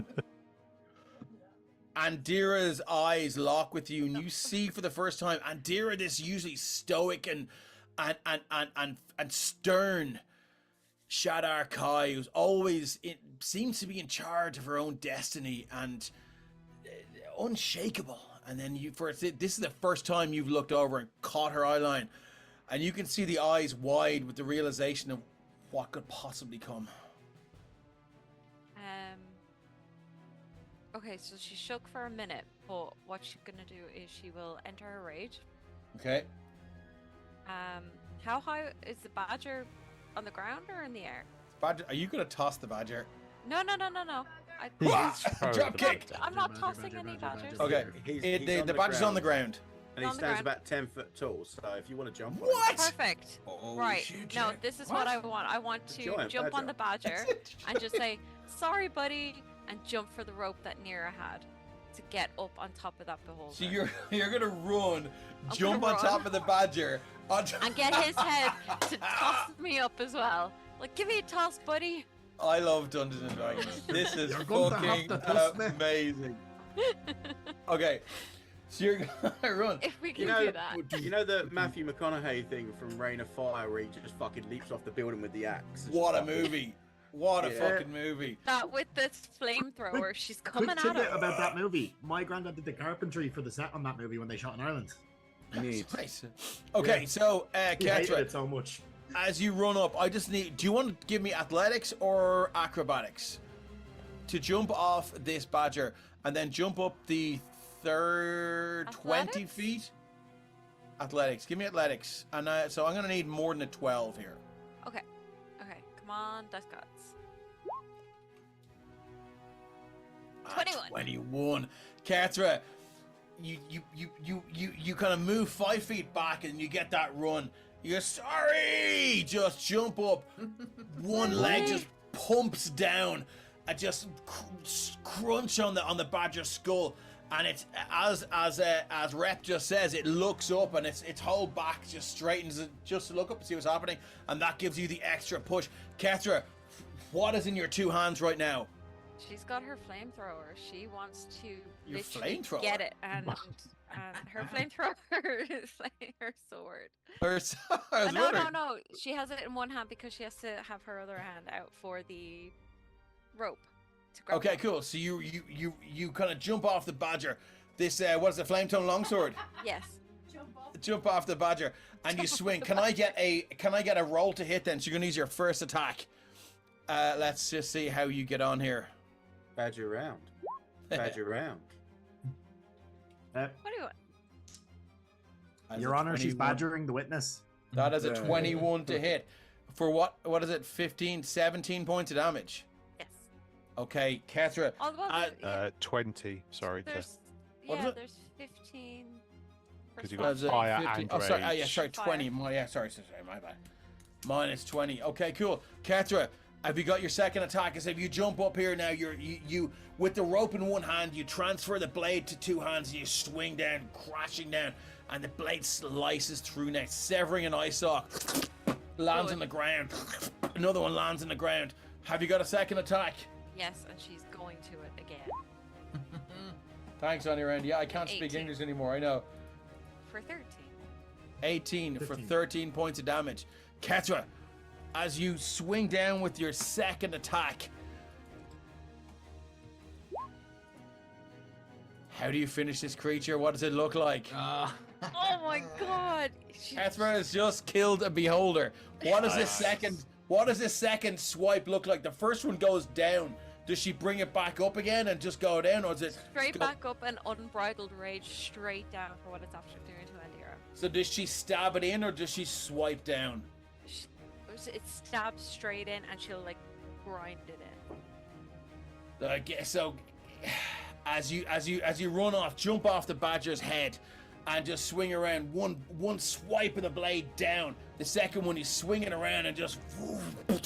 You can see the eyeball, central eyeball just looks up and rolls back in its head. The eye stalks all just point up, almost reflexively, almost have been electrocuted. And then this thing falls 30 feet to the ground. Kethra, Agar, and Torvig, can I get a dexterity saving throw, please? You're going to take half of 3d6 points of falling damage. Can we use the beholder to cushion our fall? Sweet lord. No. Is Nira doing that as well? Of 50. Oh, Nira, if you're on there as well, whoever's on there, it's falling. It's going to fall on top of you. Anyone who's on there gets a +3 to their roll from my aura. A DC for this is 10. I got a 7. Is 17. it just regular? It's no disadvantage or anything, is it? No, it's just a regular dexterity saving throw. Can I say the badger catches Kefra because she's already there? Sure. Aw. Badger just catches you in his two hands, like the end of the Princess Bride. Well, no, what he does is he runs and jumps and slides on his back, so it's his belly that she just lands on. Aw. Okay, Kat, so you get advantage in the saving throw and half damage again, so you take a quarter damage. Thanks, buddy. Hindenburg, this beholder. Okay, so you all know what you took, so half of that you can tot it up yourselves. I think it's time to just knock this music down a little bit and just go back to our jungle ruins. So as this thing just lands on the ground, stone dead, brown bread, what would you like to do? Well, firstly, I want to thank the badger, and I'll pet its head. It's just like, How does the job, badger buddy. react? Kind of looks at his belly like, you know, the belly's Is it a better. giant murder badger? It's a giant honey badger, yeah. Yeah, murder Oh badger. god, yeah. that's terrifying. Murder badger, yeah. No, Yeah. they're so cute. And then she'll freak out and run over to Andira. Andira, Does the effect wear off because it's dead? I don't know. It doesn't. It doesn't. Okay, It'll make you So- Who's got magic? Who's got magic? don't Keep roll going anything with yet. magic. Don't roll anything yet. So first off, as this thing hits the ground, Kethra, you're under it, like you've just been thrown off, and you land on the badger. Phelim, you look over and you can see this happening. Agar, Torvig, and Nera, you look around. Andira, it's almost as if you're set apart from this moment of celebration, as you have your own shit to deal with. And you've never felt more apart from this group as you have felt a part of them when they all sacrificed and went after you in the dream world. And it's that separation that hurts more, because you know there's nothing they can do for you. And at this moment, I need Andira to make another dexterity saving throw, DC 16. I think, yeah, there's this just really deep sinking feeling just in the pit of her stomach as she feels this rigidity start to spread throughout her arm and into her torso, and I think she kind of collapses down to her knees, and her glaive kind of slides across the floor a little bit, and she reaches out and places a hand on the sort of stylized raven's head blade at the end of it. Not like this. My queen, hear me. It can't end like this. And that's a 12. You have a boon, you will need a 4.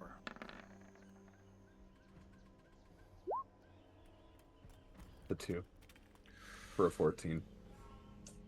As Agar is now on the ground, is that not close enough for the... Yeah, could I have like fallen 5 feet forward? No, Agar will fall directly down. I'm sorry. Everyone falls directly down from where they were. And Andira, as you reach out for this blade, you expect a flash, and your mind dwells on this one thing as your eyes crust over with this stone film. You get the sense that you were called back, but you chose to stay and face the dangers. And everyone looks around and sees Andira of the Raven Queen completely turned to stone. One hand reaching out towards a glaive that then disappears.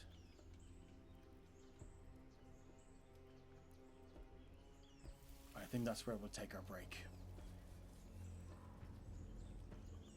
Thanks for sticking with us, guys. We will be back very soon.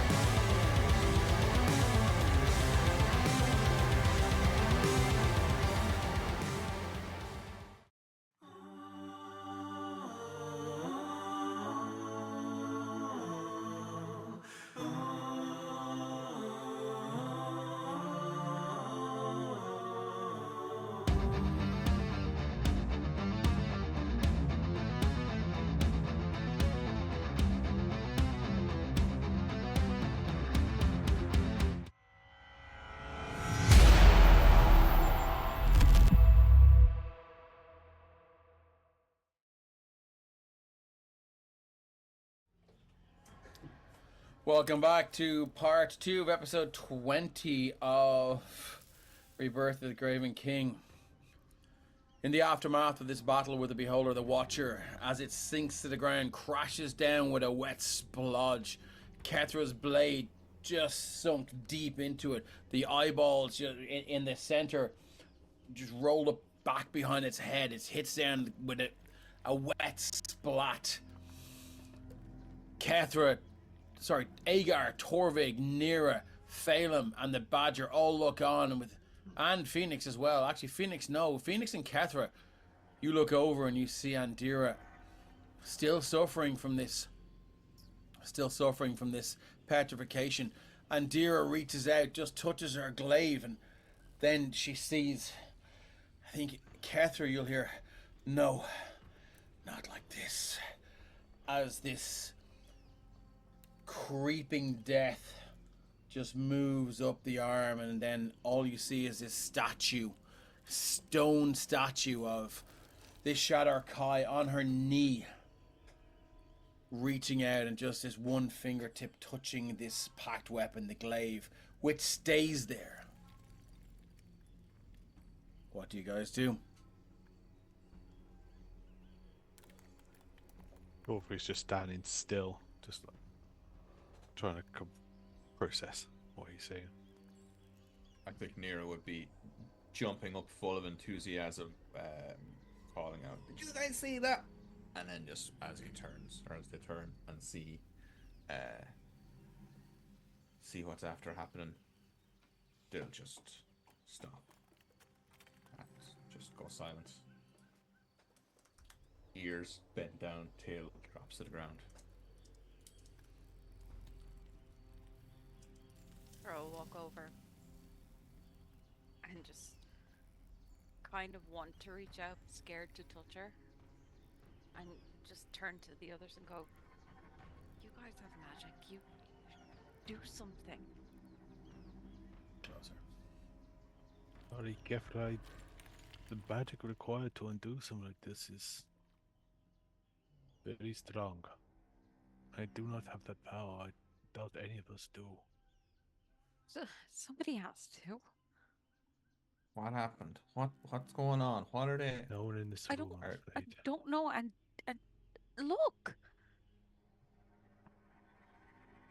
what that bastard thing did. Over and move over and just rest an arm on Kefra's shoulder.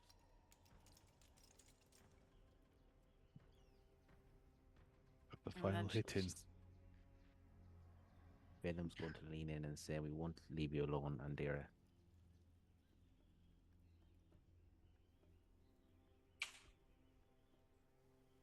The shopkeep may have something to assist. Although, given the severity of the situation, he's likely to want a steep price in wager for it.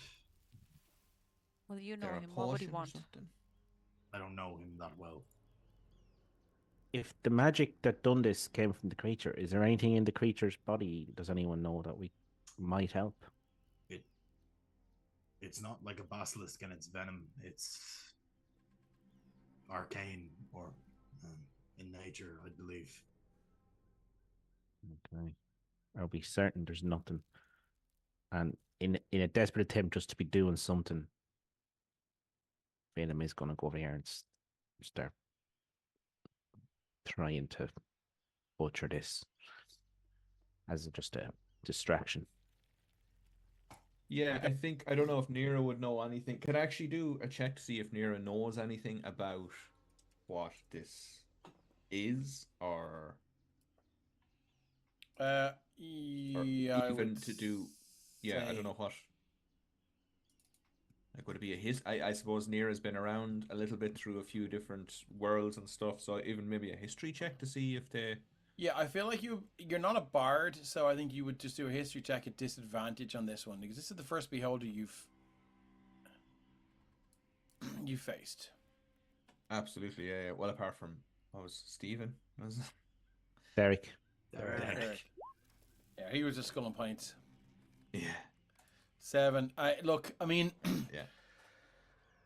maybe you have heard something, maybe you haven't, but it's your mind and the vision of Andira turned to stone and absolutely still and silent in that last moment, that last ditch effort.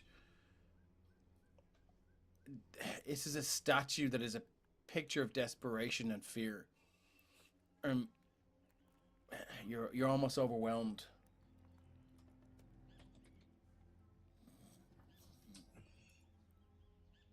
Phoenix sitting on top of the badger. He's just going to ride off towards the other side of the room. And he's desperately trying to think that if there's anything from back home that he knows of that he could grab and bring back to fix this problem. As Agar said, basilisk sort of spit, basically, or venom, will undo a basilisk's petrification, but it doesn't stand for all petrification. You would know that. You could go back to the Fae and... Because we wouldn't have basilisks back there. No, but I mean, you would know, though. Yeah. But you know the difference so between... there wouldn't be anything there that I could naturally get. No, natural petrification. But there might be... Do you know what? Give me 1 second. Let me just look at... Just going to look at something here. Yeah, I was going to look at your backstory, but there's nothing there, so I need to, maybe it's somewhere else. Yeah, maybe there's something back in the Fae, someone or something back in the Fae. If you want to, maybe we can talk about that during the week. Okay. That you might owe a favor to now, or that you might want to reach out to. But we'll talk about that during the week. So that's not an option right now. Yeah, that's fine.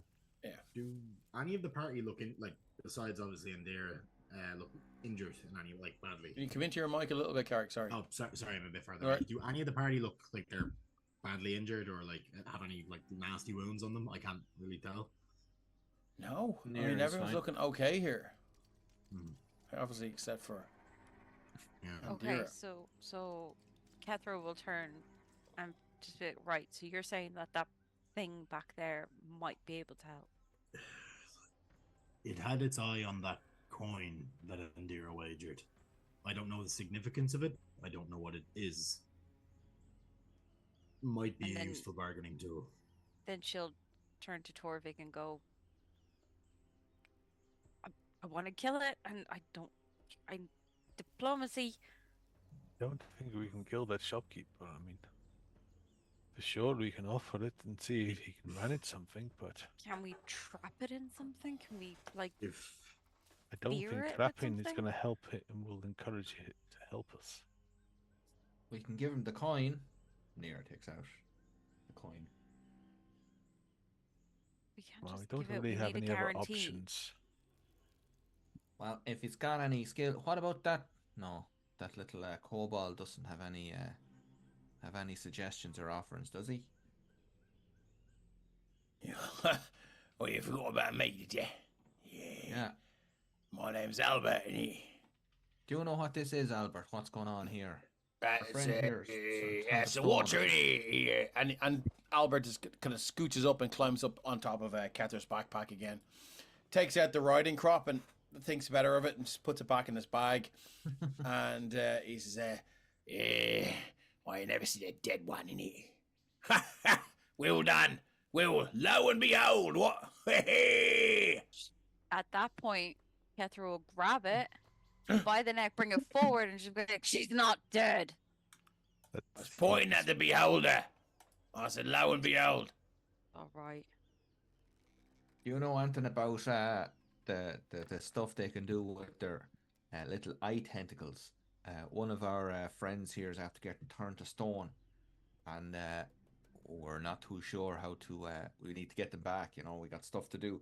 We need to get them back to get you out of here. To be perfectly honest, we can't work it without them. Oh, your best bet is a fucking shopkeeper, innit? Fuck. Back in there, grovel, tell him you're all fucking sorry for being such wankers to it. And maybe you can dig around his little box there and see if he's got a scroll. A scroll that might be able to help you. Now, I'm gonna be quite honest with you, little cat fella there. It's highly unlikely he's got one in there. Will you give it a go? It's worth a shot. Who's What about Margaret? What's she got to say for herself? Margaret's very quiet at the moment. Should Dig her out, take her out of the bag and just be like, I can't talk. And she'll just hand it over to you. Okay, so as you pull out the glowing light orb that is Margaret Kanan, you can see that she's quite dim. Who is holding Margaret Kanan right now? Nira. Sure. Nira will tap on the glass. Hello, Margaret. Are you there? She sounds very far away. Oh, hello.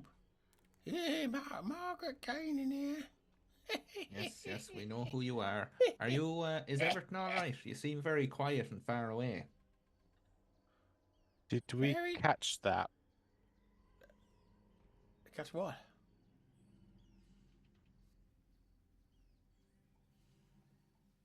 Can I roll a perception check to see if Torvig caught that? I think it would be an insight check, Torvig, and it would be a disadvantage. That's absolutely fair. DC for this is 15. Disadvantage.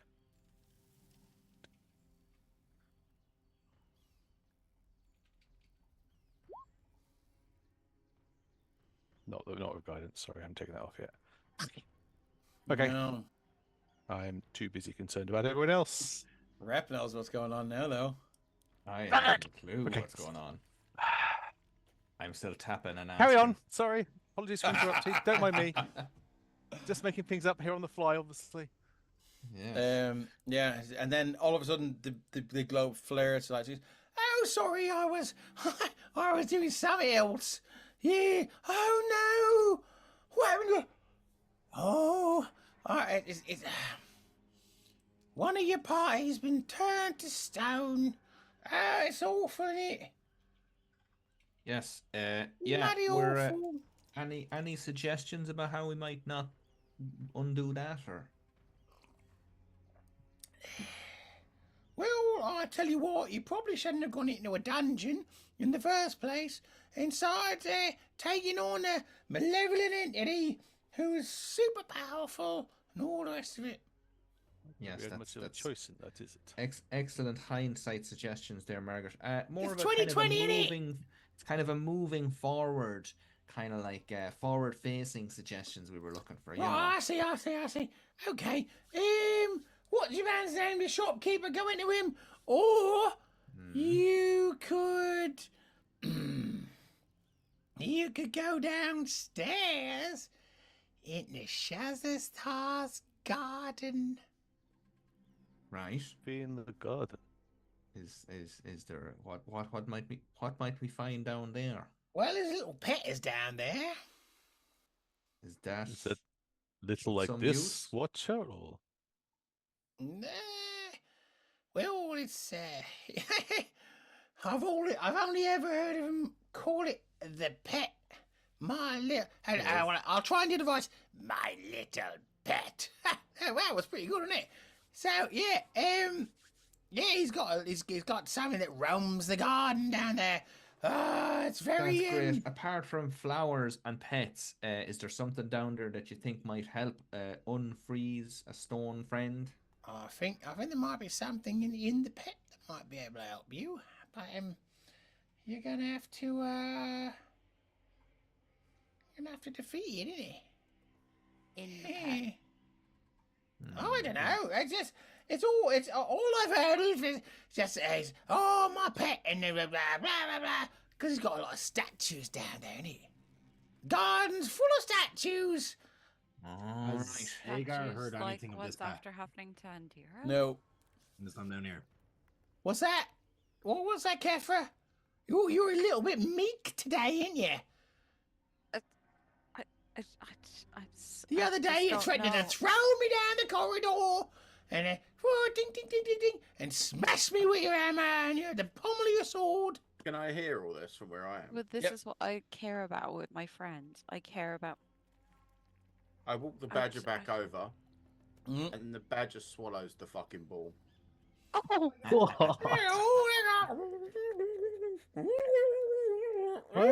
Why? Not sure you should be eating that, should it? That seems... Good badger. I'm gonna be shut out. I'm gonna come out of bubble. What's that? He's gonna swallow. Like all good things, he swallows. I'm gonna go out of the table. Right. Well, while we're waiting for that to emerge, do we want to go back and see if this shopkeeper is Shopkeeper might be the only option we have here. Yeah, I we shouldn't think- move forward the unless shopkeep- we're at full strength. And I think that would be a good idea, but I think this is the moment where I would ask, I would suggest anyone with claustrophobic issues take off their headphones because I'm going to move into a moment between Andira and Andira. Andira, the last thing the thing you fixated on is not like this. Not like this. As you reach out, your hand touches the glaive, and it's almost as if the glaive turns to stone and you watch your arm turn to stone, and you're fixated on the moment that they meet. Almost as if you've watched 2 glasses of water poured into a bowl of sand, and as the water just trickles through and meets and opens up, you can see that now your hand is turned to stone, and you expect it to be over, but it's not. You hear the muffled, plaintive cries and arguments of your companions. You hear the desperate plans. What will we do? The shopkeeper, maybe. What will we do? But it sounds like it's from the next room. And it feels like you are stone, but it also feels like you're in stone. For a second, there's an inch of give. And your hand hits against the stone. You look down and it is stone. But you look at that hand and for a second it's not stone. And it'll hit against that stone and then it's stone. Every time you look for a split second, your hand is flesh and it hits against it and then it's stone. And it's the most disorientating and terrifying moment of captivity. And that is it's the essence of captivity. And your stomach feels like there's a ball of lead in it. You struggle and struggle and you feel your will thrashing, but your body does not follow your will. And again, that moment, you replay that conversation with the Raven Queen. You've done enough. You've done enough. Come back. And even though Andira said all the words at the end of that conversation,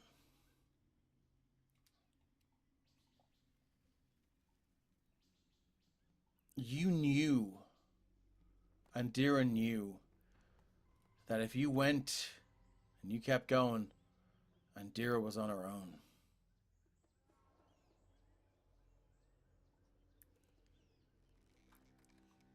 But it's at that moment you hear, from a place far away,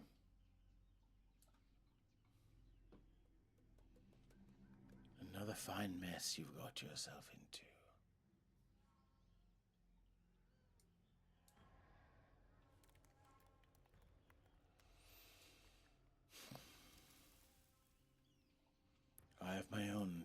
trials and tribulations.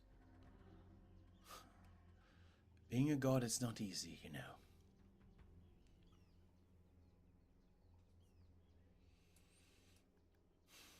I'll help you if I can, but it's going to be a matter of days, weeks, months, or years. It could be eons.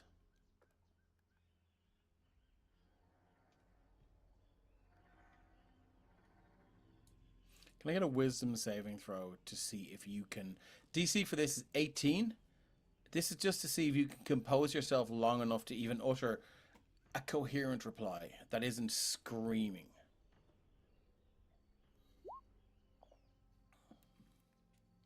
No. You're muted. Is that right? That's that'll be a 5. Yeah.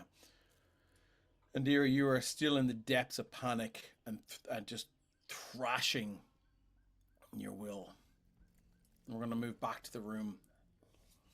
What are you guys doing? I think whoever's the most charismatic should probably lead the charge heading back down to Penver, talk to the shopkeeper and...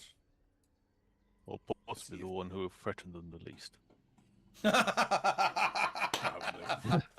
Possibly the one who threatened the shopkeeper the least. See if we can get anything out of them. Yeah. Balaam is gonna sit down beside Indira, pop his hat on her head, and throw a shirt around her shoulders. Yeah. Okay. But yeah, Torvig will take the coin. You're dressing Indira up. Yeah, just to make her. He's just drying his shirts. Trying. No, these are the clean ones. And Indira's actually like frozen out like that. So you just like pegged the shirts onto her fingers. I know she's Come back into the mic there, buddy. head of stone. Oh, sorry, I don't know what's up with my gain now. No, well, don't turn it up. Just come in closer. Yeah. Trying to comfort her as much as possible. Okay. If Torvig's going up to shopkeep, I mean Agar is gonna accompany because he has history with the shopkeeper. He might be willing to do a favor. Cool. Okay. Torvig, you open the door and as you walk in... I'll take there's a moment before and I'll just like... And then, yeah, steps through. You walk through and you can see the shopkeeper there resplendent in his spectral robe, so it's Shift Z. And he's there and he's kind of looking... And he has what looks like a deck of cards and he's like popping them out on the table and he's like... 1 million playing cards on the table. 1 million playing cards. Put one in the box. Take one of the. Oh, I may have a moment of your time. Hello. Yes. What can I do for you? Oh, you're back. Agar, I told you to go with them.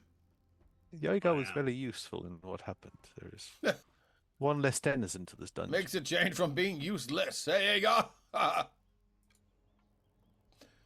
was wondering. Agar doesn't really have many facial expressions, anyways, but he's like cold, like steel. There's a frostiness coming off him. Yeah. Okay. I was wondering. I didn't offer a bargain before. I'm wondering now if there is something we could potentially do. A very particular item I am seeking. Well, my friend, unfortunately, himself downstairs has pretty much put the kibosh on all of my stuff in the boxes here. You saw the lightning in that. I certainly heard it, yes. It didn't sound comfortable.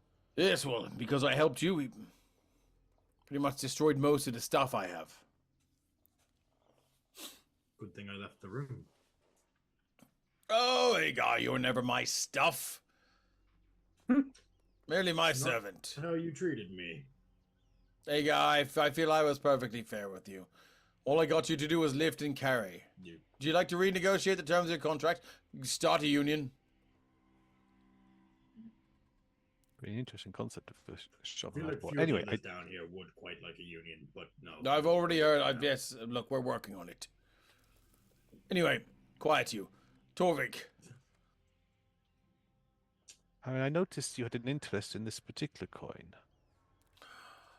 Yes, I do, and the magic it holds.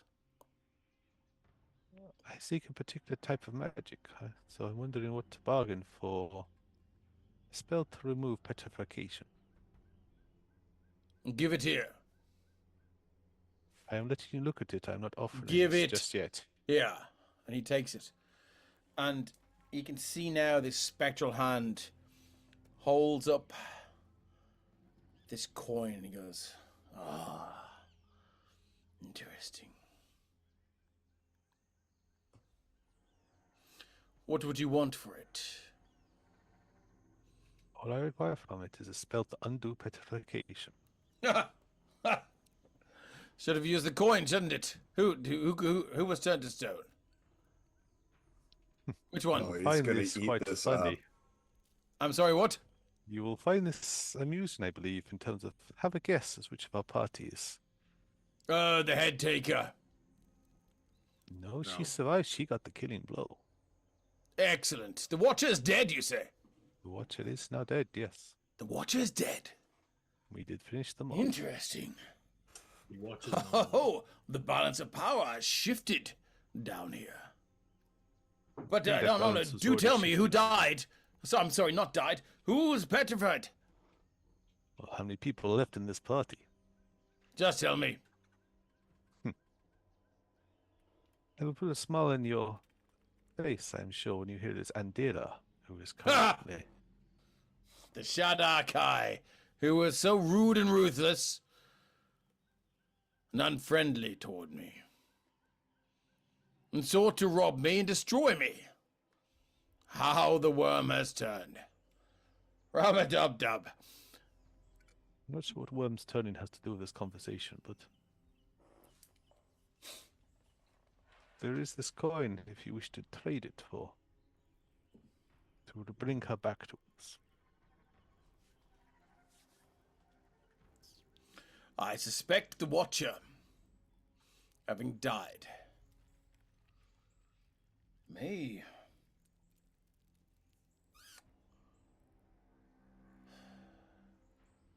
have rocked the big man downstairs back on his heels.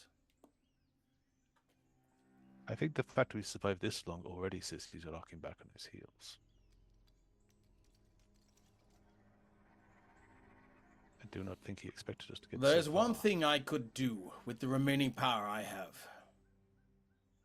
I think I believe in you. I think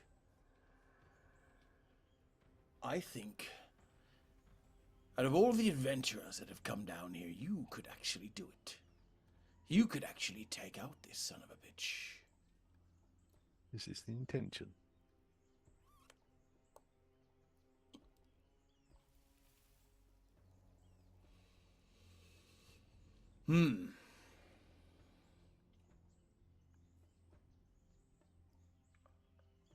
Is there a deal to be made here? Yes. Petrification removal for this coin? No. Petrification. What I shall do. Agar, leave the room. If you I will be insist. fine. I'll Torvik, scream this if he tries to me. This is between you and me. Can I get everyone else to take off their headphones, please? Just put them back on. What I can do, I can undo the magic of this coin. Okay. And how would that help us?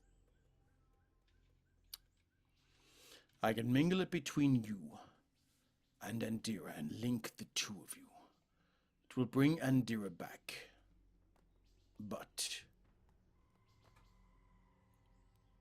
There's always a but to these things.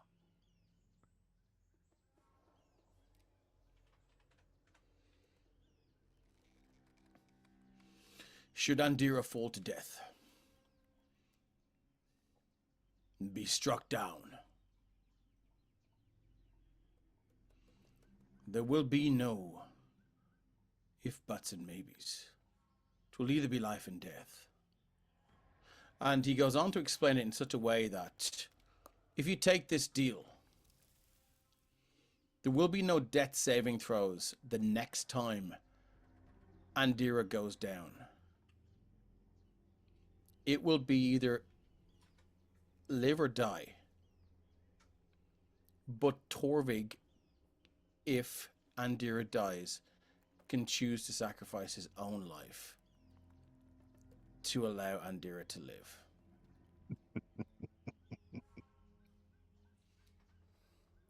And please, nobody in chat, give that away. Because Andira's not going to know this.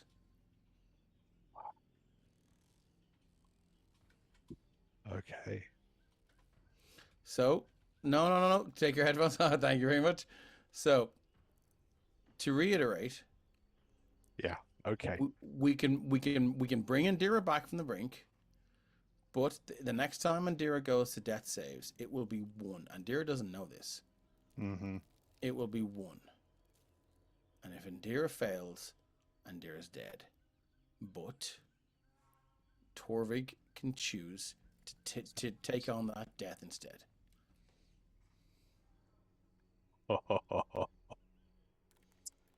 For a moment, Torvig will stare down the shopkeeper. And there's just that flicker in his eyes of... And then, I accept your terms. And with this, you see the shopkeeper now. You can all put on your headphones.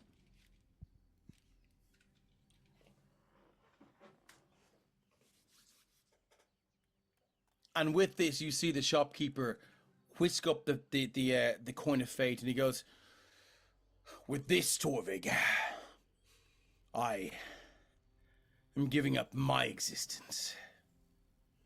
Make this fucking count." And you can see now all of his being just form into this whirlwind, and he just dives into this coin. It shatters in 2. Ting, ting, ting, ting, ting, ting, ting, ting, ting. And you look down at your right foot or hoof. There's half the coin, and on the left foot, there's another half the coin. The last thing you hear is, touch one half to Andira. Keep the other half on yourself. He picks both up pieces equally. Yep. Gives a nod, and then walks out the room and heads back to the rest. Okay. I assume your bargain was successful, Torvig? The shopkeeper decided that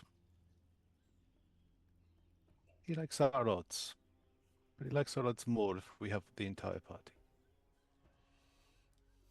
Did he get you the scroll that we need? So then Torvig will enter the room.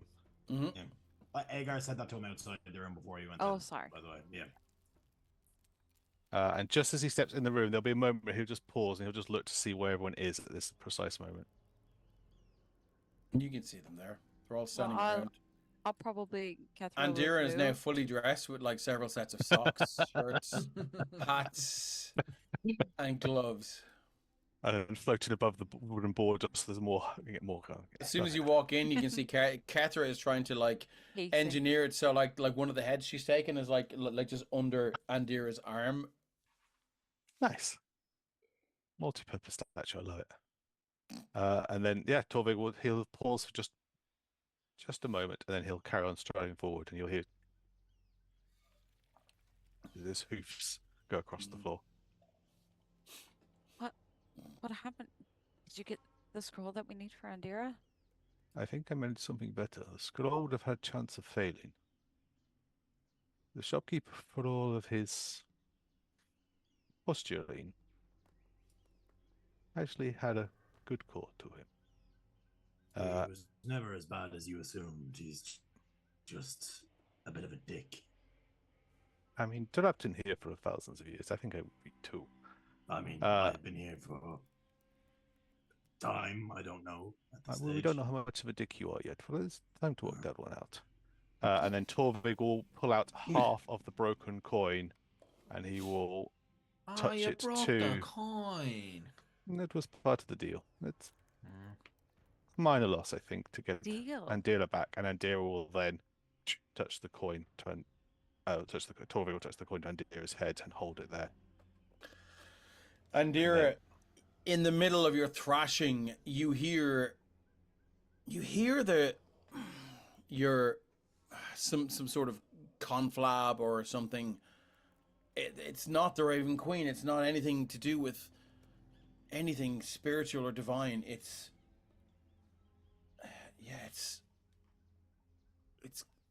close, but it's far away. And for a second, you're like, oh, I can hear, and it's almost like when you stood under a waterfall and you're washing and you managed to just rinse the water out of your eyes and you can see again. And you see now. So you look down and you see your hand beginning to, again, it's like that sand and water thing, but in reverse. And you see the stone begin to just part and flesh reveal itself underneath.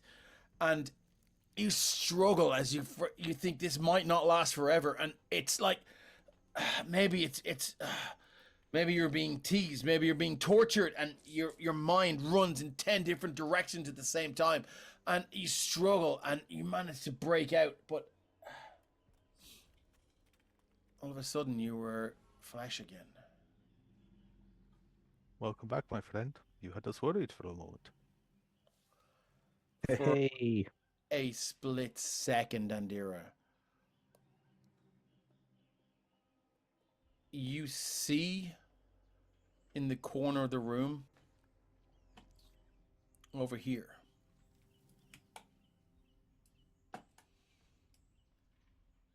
a figure in a black cloak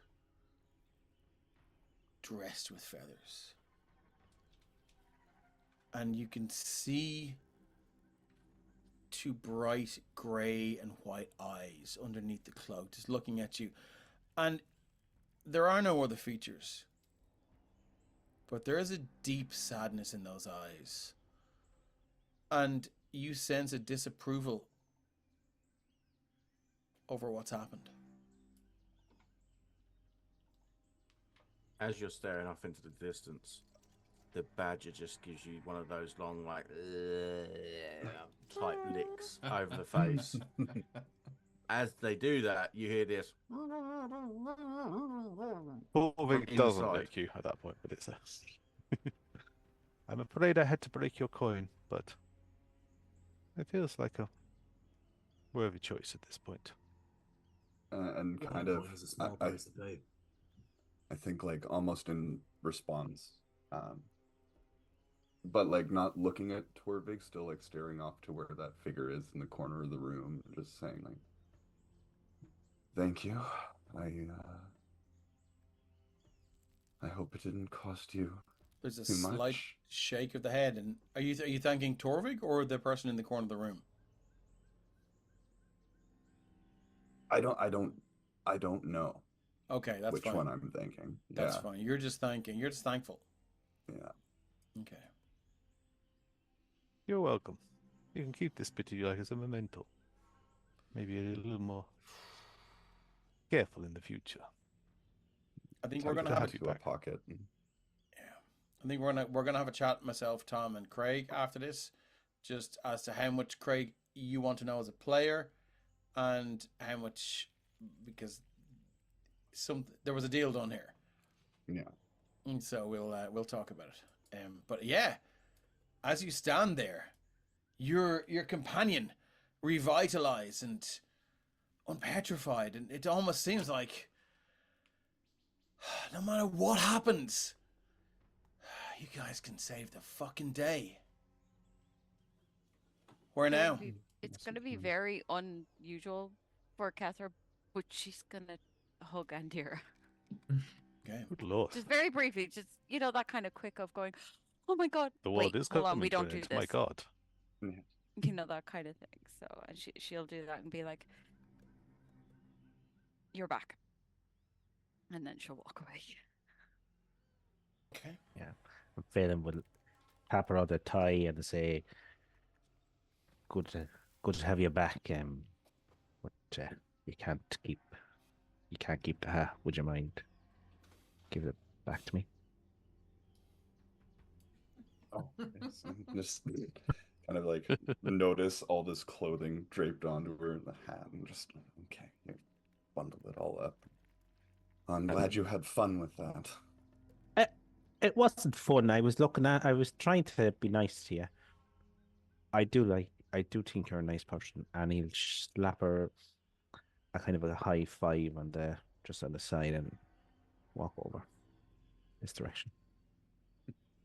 I know you types like to meet your gods as quick as you can, but hold off until we finish the dungeon at least, won't you? Do my best. Speaking of that, we should probably see what this pet is that's downstairs. Also, the badger disappears and leaves a glowing ball covered in mucus and stomach acids and whatever else over it. Okay. I'm not touching that. That's for one of you. Oh. So you guys are heading in. Can everyone just like move their tokens just to the top of the stairs there? And you're going to head down, are you? For a quick second, while we're walking towards that way, Kethra will dig into Torvik and go, "Oh, what did you mean by deal when you walked in? A better deal than the scroll? I don't like the sound of that." Shopkeeper just needed to make sure we were good to our word for what we are planning to do to the ruler of this dungeon. No, I know you. That means more, and you're not telling me something. Are we talking about deception versus insight here, or are we happy to leave that till later? Thematically.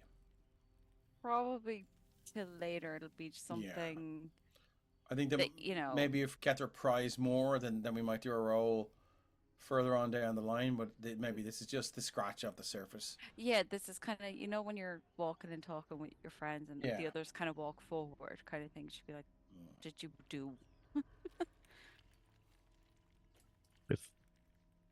Before we go down, just one little thing I want to do for Phelim. He's just going to cut a random stalk off the beholder and tuck it into the band that's on his hat, kind of at the back as a trophy of. Roll me a d10. Let's see which one you got. Ooh. So please, that'd be the petrification one. Yeah, rather than a feather cliff, it's a fucking ice. What did you get? The petrification goes off and hits him deer. 5.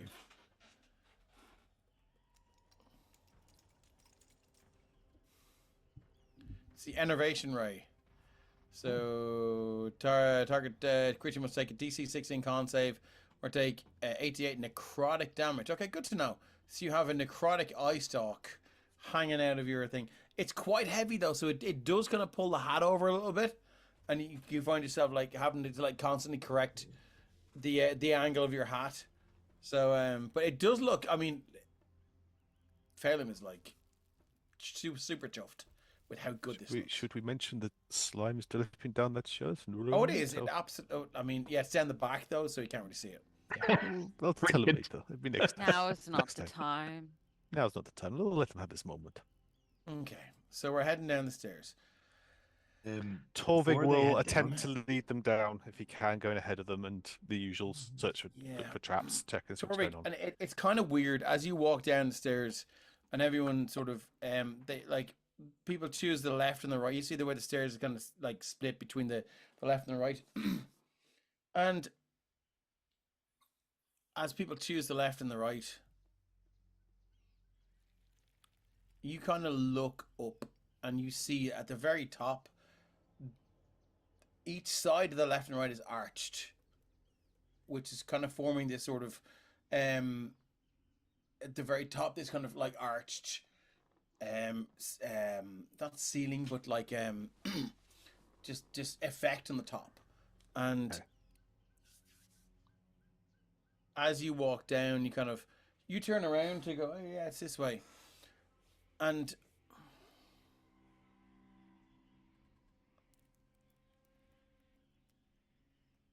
you look at them and you're just like curious, they seem like two portals.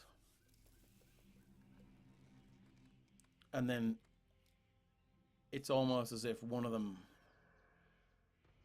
you start for a second You reach your hand out to Agar, who's coming down before you, because it looks like one side of this, the portal or this arch, it begins to crumble and crash down on top of him. And you reach out and you panicked, and then you look up and it's fine. Do I see that? You see Torvik react, yeah. What happened? I'm not sure if that was a good vision or a bad vision. There are no such thing as good visions in a place like this. Well, it depends what happens to it in the future, doesn't it? Let's keep moving. And he'll head back into the lead, so 20 feet ahead of everyone, keeping an eye out. I'm going to move you downstairs. Yep. Agar will take a second from Torvik, just because, I mean, he's a big, heavy plate-mailed guy, and it doesn't seem like they're sneaking, so he'll be, like, probably able to brick shithouse, stop something coming up the stairs after them, or try. Not brick shithouse, he's more of a steel shithouse, I guess. Alright, so I'm going to move you downstairs. How many bloody layers does this dungeon have? Good lord. Oh, several. All of them! All the layers! How many fucking torches do you guys bring with you? Jesus Christ. All of them. All of them! All the torches! If you've got all the layers, we've got all the torches. Yeah, I mean, we Torches could just everywhere. burn the dungeon down Jesus at this point and just leave it be. Christ, lads. How do we get out? Yeah, We can't run that out. We don't have lair actions, we have torch actions. Yeah, pretty much. I Okay, hope cool. this So I'm isn't one gonna. of those dungeons that collapse after you kill the boss. Oh, it Yeah. is. Oh, Yeah, Oh, it's definitely a load. This is a load bearing. It is now. And for every Yeah. torch you have, it's like, there's a dexterity check to fucking jump over it. Yeah, and you were the one that said keep your mouth shut. That'll be on you when it happens. Okay, moving you over. He'll Shift do ring. Atlas. We'll let him hold it up as we run away. Are It's we fine. okay? Do we see where we are? There. Yes. I do see. I see Ooh. blurs, but yes. This looks nice. Like, Dave, just to kind of confirm I understand what you meant by that history check. I mean, Agar knows who his god is supposed to be, right? But he just doesn't know That's what not happened. why I asked you to do a history check, buddy. So, Okay, I was just making sure. well, yeah, don't worry. As you walk down these finely chiseled and crafted marble stairs, there is the sound of your boot heels clack and resonate around these walls. There is a sense of luxury, a sense of I don't know, a sense of rich, or it just seems like this place is very, very, very posh. Thank you, posh. It's almost as if, Oh, we traveled to D4. No, I'm out. but the ceiling above you is like maybe 20, 30 feet high. You hear the sound of trickling water through the door ahead of you. The door ahead of you is made of pure brass, with these inlays of beautiful runes and depicting ancient battles and heroic deeds. Can I suggest everyone waits till this door's open before we all stand in this corridor? Good And advice. Torvig will have a closer look at the door and work out where the trap is. Okay, would you like to make an investigation check, please? No, but sure. I will guide myself. Indeed. Uh, What does your guidance look like, Torvik? So, which one's guidance? This comes from. This my is the stat- door. Sorry, this is the door down here, is it? Yes. All right. It's just grand. a So person guidance stands is at the front, Fey yeah. magic just kind of settles, so he kind of almost throws it up and just this sprinkle just lands on him for a And moment. what color is it? What season are we on? Here, it would be autumn here. Then it is somewhere between orange and blue, and it's that kind of is a shifting sense to it, as if there's something crossing over. Good to know. What does winter look like? Winter is blue. It's blue.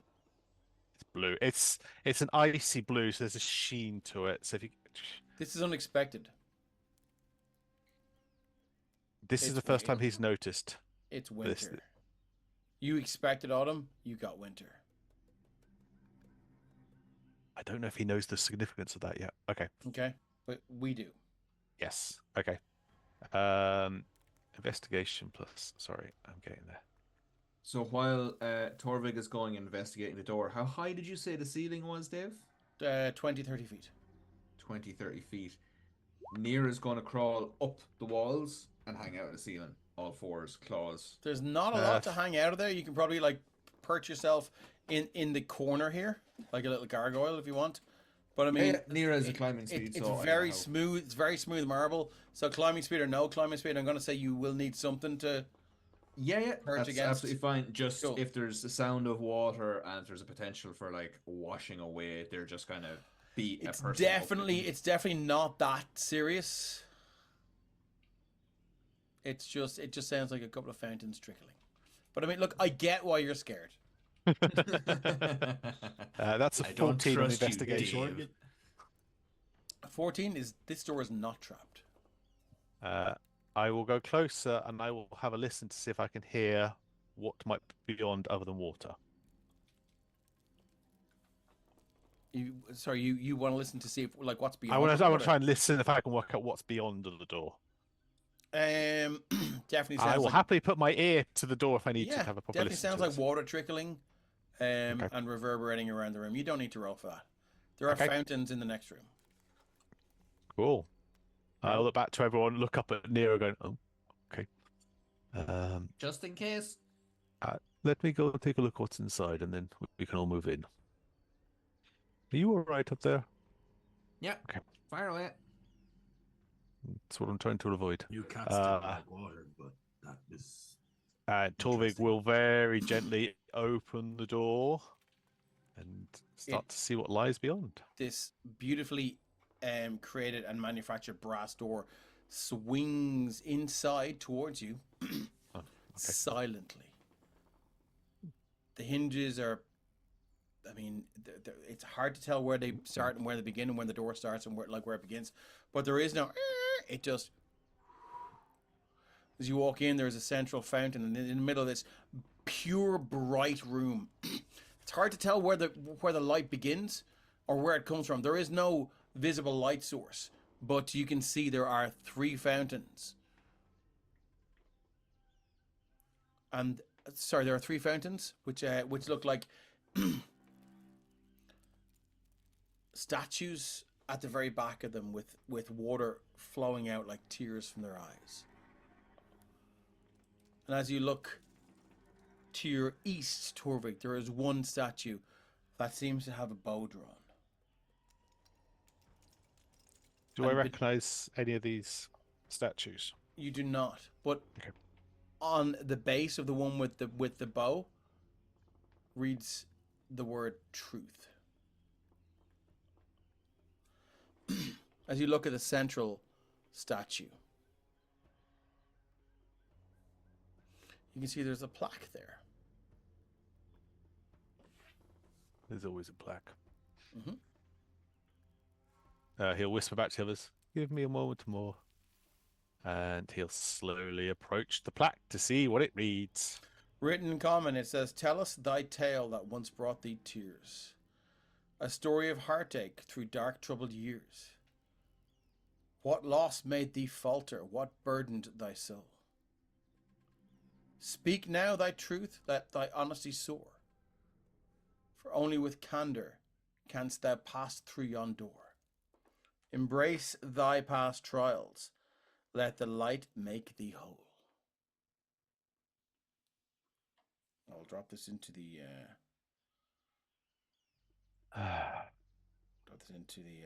First he makes us bleed for him, and now he wants us to cry for him.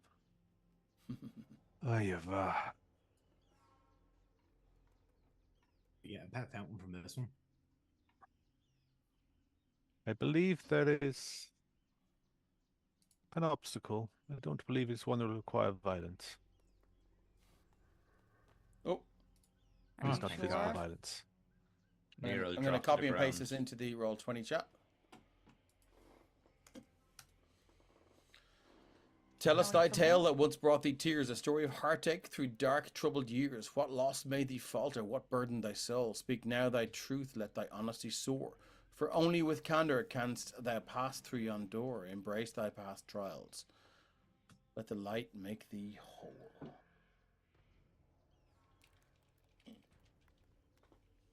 Does this feel in keeping for the rest of the dungeon we've gone through? Or is there something about this that might be? Seems odd. But is there like a microphone in the room or something to speak into, or is there? Nero will enter the room as well. Can I get an insight check from Torvik, because you asked the right question.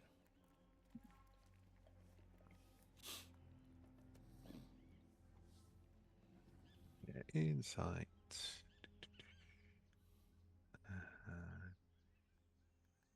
just checking something quickly. No, okay. Straight insight. Wouldn't have known to cast guidance. Here we go. In a 15. Boop.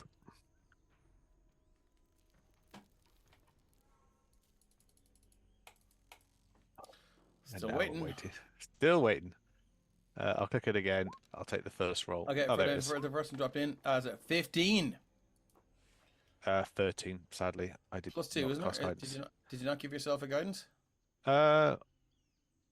I don't think he'd have known. I don't think he'd have known to do it at that point. Okay, he did the guidance for the door. I don't think he'd have known guidance to look around. So, would you like to drop a boon? I think I will like to drop a boon on this one because I want to know what the answer is, even if Torvik's less. Just don't roll a 1 on the boon. I really know what's coming. Okay, so as you look around, the craftsmanship here is. It's arrogant. It's personal. This room was created by a person that didn't expect anyone to get this far. This room and this puzzle or this trap or whatever you want to call it, it's almost like an afterthought. The materials that went into making this room, and now you look at the walls, there's platinum and gold inlaid into these walls. The fountain itself is a mixture of the finest marble inlaid with the tiniest emerald dust you've ever seen. This is obscenely wealthy. This is we've just made the 15. You feel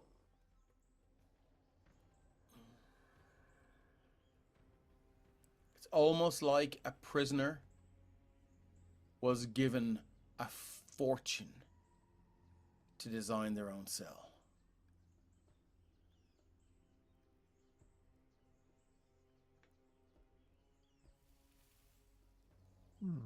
I don't think this was made by the people who made the dungeon above us.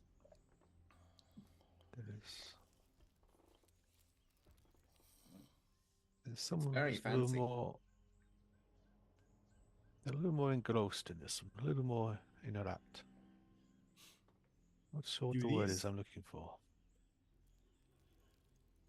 And he's just going to spend this moment now kind of walking ahead and just looking forward and just kind of, you can see him thinking to himself. To there.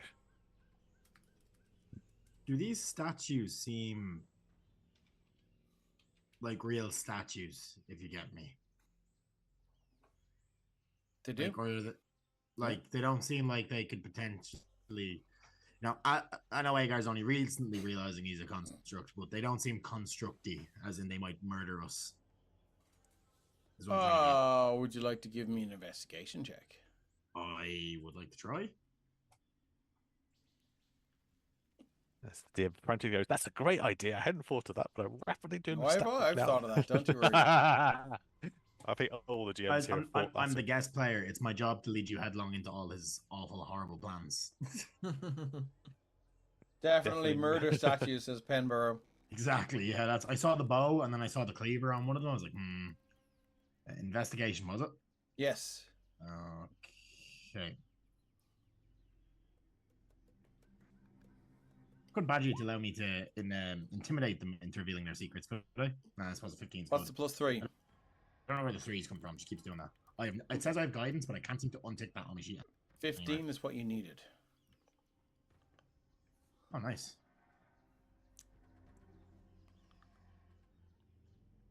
I'm just looking for joints that look like they could move. It's not that. Like when you're searching around for traps and the like. Everyone except, and you remember, look at, oh no, he just walked in. I was about to say everyone except for Phoenix, and poor old Albert would have come with you. He was waiting for them all to be in there to see if anything fucking at the door shut. No, but it's exactly the same as when everyone walked in, and you're starting to look. Do you remember in the rooms when the eyes flashed? Yeah. When people walked in, you see the bubbles in the fountain go bloop, bloop, bloop, bloop, bloop, bloop, bloop. It was much more subtle. Yeah. But now that everyone's in, the door closes. Now, what I will say is with your 15, you know that whatever happens here has to happen. So you have to deal with that puzzle, rhyme, warning, promise, either on your way in or your way out. And Hagar realizes you can walk through that door right now. But if you have to come back through here, you're not getting out until you do what is in that puzzle, rhyme, warning, promise. Yeah. So with that realization, he'll kind of stop for a moment, and then he'll kind of reread the words briefly. The door opens in front of you. You see through there, you see garden. You see the most lush, beautiful bushes and trees. Torvig, you look out there and you see the wind rustling through these beautiful blue and green and red trees. Hold up. I don't know what you did, but you got the door open. Oh, good work. Hold up. This room is not one that we can simply leave and ignore. One does not simply leave this room. 10 foot says I could probably make it now. I understand that the door is opened, but I don't believe that this one behind us will, unless we deal with this. Sounds like a future you problem, buddy. It really does. You took the words out of Nira's mouth. Nira's gone through the door already. Nira's like, fuck future us. Nira's straight Let me know how that there. goes. Well, I'm out. we can go through, and once we kill this absolute fucker, fuck the rooms. Like, what's it gonna do? You won't be here. And what guarantee do we have that this door will open when he dies? Sure, there's another way out. They don't tend to design dungeons like this with multiple entrances. You get the feeling this is not a dungeon anymore, but a home. Yeah, but that's, what he's getting. Nira, what do you think? You're nearest through the door, and Nira's fine. My thought on this is if we come back here and we are trying to flee, this will slow us. This could be what gets us caught between a rock and a hard place. Hagar, if we do something wrong here, we could damage ourselves.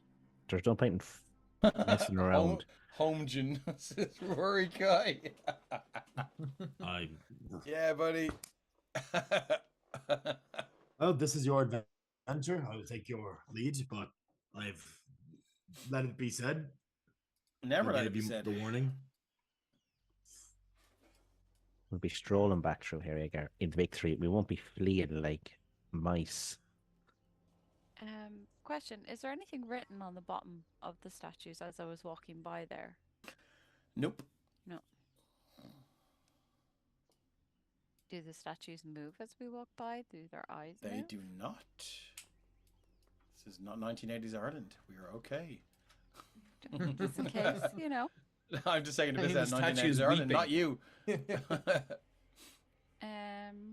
No weeping statues. I'll take things that didn't happen for 100, Bob. Nothing happened as we walked by. There's no shiftiness. There's no nothing. No. And she'll say that to Agar to be like, "There's nothing going on. This isn't trappy." They don't. It may not be a trap, It's a lock. It's a lock. It's a lock. Which is What if it's like a worse. pressure lock and now that we're walking this way, that door opens. So let's walk back that way I and see love if where that your door guys' opens. minds go. It's awesome. Well, maybe when we I run would back, rather it'll- personally not. I'd maybe advise not walking back over while they're outside on the other side of the door. His I mean, pet Phelim is and in Nira that are garden. through and nothing's happened, so it's up Yeah, to I you can guys. see the garden map is gorgeous. It isn't it It is beautiful? stunning, Yeah. Yeah. Is it all trees or is there any like vegetables here? There's some radishes if you want to pick some radishes.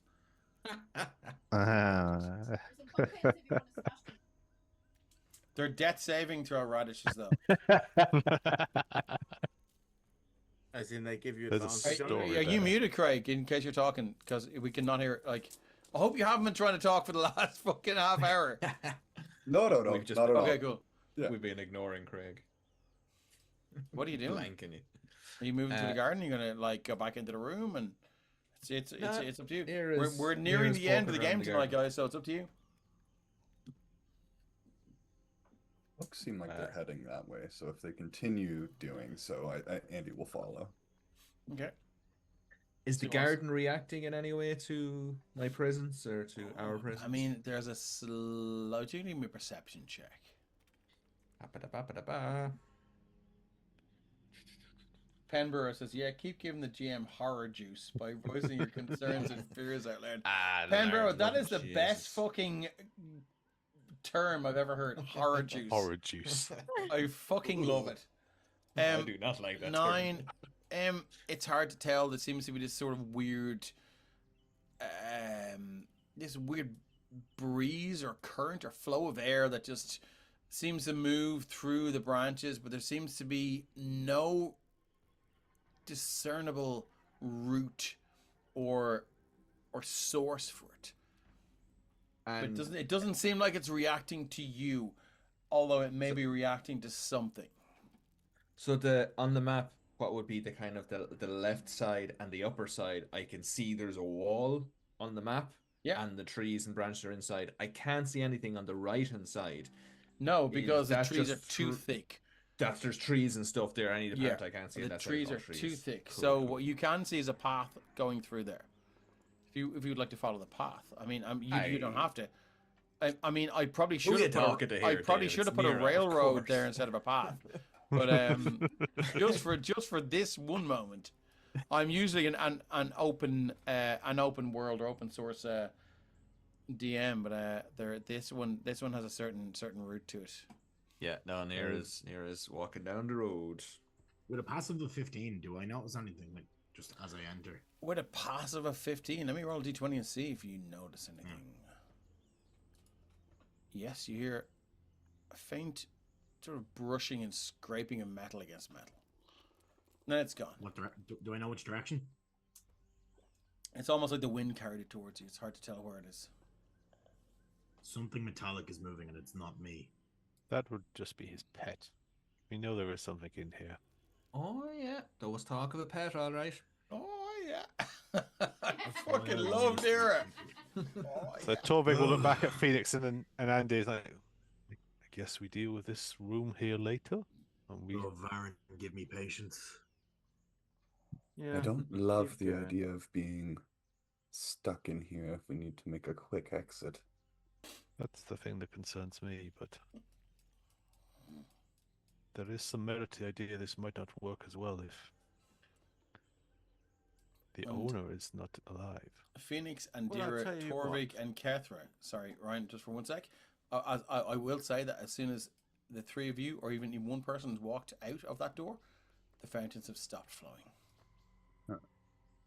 All or nothing, then. It seems a choice has been made. Sorry, Ryan, what were you going to say? Well, if that's the case, then let's change what I was going to say anyway. Oh shit! Sorry. Okay, cool. No. But if it's a case of it's like because they've walked out, that's it. It's cut it off. Then yep. There was kind of no point to what Phoenix would have done. Sorry. No. It wasn't your choice. Yeah.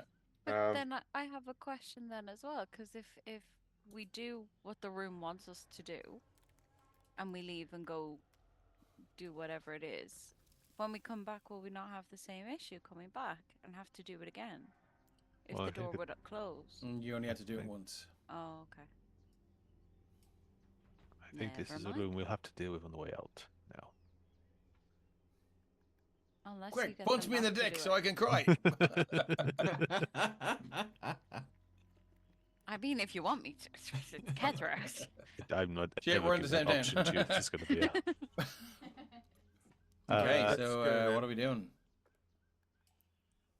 The pushing on, I decision's guess. been made, so If yeah. not, we Okay, can get move the your others tokens. back If to you're do pushing it, on, but- move your tokens so our Yeah, our Twitch viewers can see what's going on.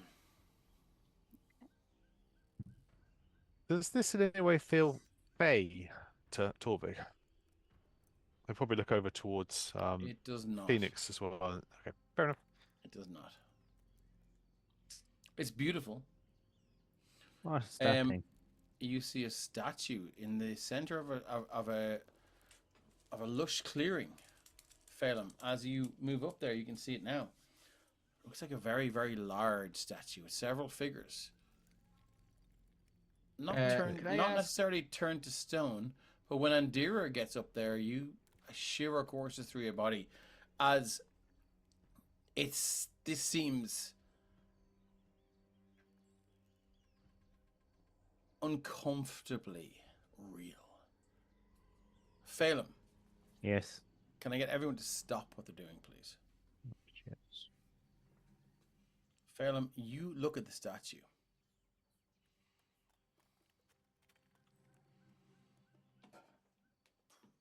And as you look at it, you see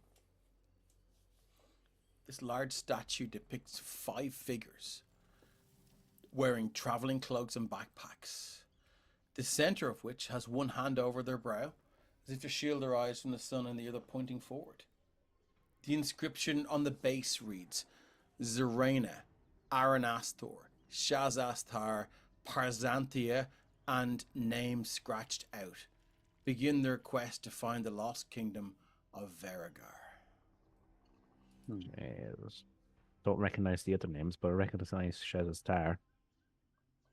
I'll go closer to it, and I'll. And you can see now that it is a beautifully worked statue. It looks like a group of 5 people, all set out, ready for adventure. The center figure, hand over their brow. Huzzah! Adventure! Let's go! And I'll read it again. The large statue depicts 5 figures wearing traveling clothes and backpacks, the center of which has one hand over their brow, as if to shield its eyes from the sun, and the other pointing forward. The inscription on the base reads, Zerena, Aranastor, Shazastar, Parzanthia, and it looks like the name has been scratched out by huge claws. Begin their quest to find the lost kingdom of Verigar. I'll. You hear a faint clanking from the other side, somewhere of the garden. I think that's where we're going to leave it for tonight. Ooh. So give me 1 second. I will drop that into the roll 20. Fantastic. Thank you. Do you know what? I'll go one further, because as you're looking at it, I will describe each statue, if that's all right. So what I'm going to do, I'm going to drop it in. Come on, see. I'll drop it into the roll 20 chat, but I will describe what you see as well. So you can see Zerena. Looks like a half-elven woman wearing plate armor, carrying a shield with a large greatsword at her hip. The shield depicts 2 crossed claws, the symbol of the dead god Varen. Aranastor is an elven-looking man wearing studded leather armor and carrying a rapier at his side, with a multitude of daggers attached to 3 bandoliers. One over one shoulder, one over the other, and one around the waist. Parzanthia, a human woman wearing bearskins, boots, and large bracers with a huge maul over one shoulder. And Shazastar, an elven man wearing robes and carrying a staff. Shazastar stands at the back of the group with one hand in his robe's pocket. The figure who has his name scratched out A tall 7-foot humanoid wearing chainmail armor. No other features are visible due to the damage this particular part of the statue has taken. It is covered in scratch marks, as if some frenzied beast with impossibly sharp claws tore at it until its face was unrecognizable. And that's where we'll leave it for tonight. Well done, everyone. Oh my Fucking god. well done, Dave. That was What a epic. roller coaster! Yeah. Woohoo! That was savage. Craig, you're muted again if you're talking. No, he's not. Is he not? Sorry. No. Craig. Sorry. Accusing It, Craig it, of it looked talking. like you were talking. Maybe you were just breathing. Could be. Well done, everyone. That was awesome. Did not expect that to go the way it went. But It was epic. yeah, I think maybe Tom and Rep and Craig will stay on for a little bit, and we'll have a chat about what went down. Other than that, thanks everyone for tuning in with us. Much. There's the lore is starting to drop like heavy rain, and it's gonna get Bloody time! Damn it. yeah, I know, right? But it took you long enough to get here. True. Only episode 20. Look, if we were doing this weekly, I mean, it would have been maybe what, like It'd have taken us as long. 2 months, It's- 3 months. Yeah. We only play once a month, so yeah, this is why. Thanks, Rory Kai. I really appreciate you jumping in, and we always love to see you here. On your end, Thank you for whoever so did the much for coming subscription along. earlier. We did Ken, notice bro, we didn't we get a chance love to you. though. And thanks everyone. I'm gonna put my dog down in case she dives off the thing. We will see you. So, okay, what's tomorrow? Shit, I'm back tomorrow with the Softhrone saga, and then on Sunday there's nothing. Tuesday is Carrick. Andromedus. It is me, Andromedus. yeah. Wednesday is me, and then Thursday is Craig. Halloween, Craig. Halloween space and Halloween. Halloween in space. I've just Sorry. realized I am in every game that happens over the next few days. That's a good complaint, my friend. Oh no, just too much D&D. How does one manage? Oh, you know it. Funny guys. Tough times. Rory Kai, yeah, Rory Kai, you know the fucking, you know the pain of editing. It's a special kind of pain. Okay, good guys, we love you all. We will see you tomorrow. I should put up some promo for my game tomorrow. Before I go to bed. Love you all. Take care. See you soon. See ya. Guys.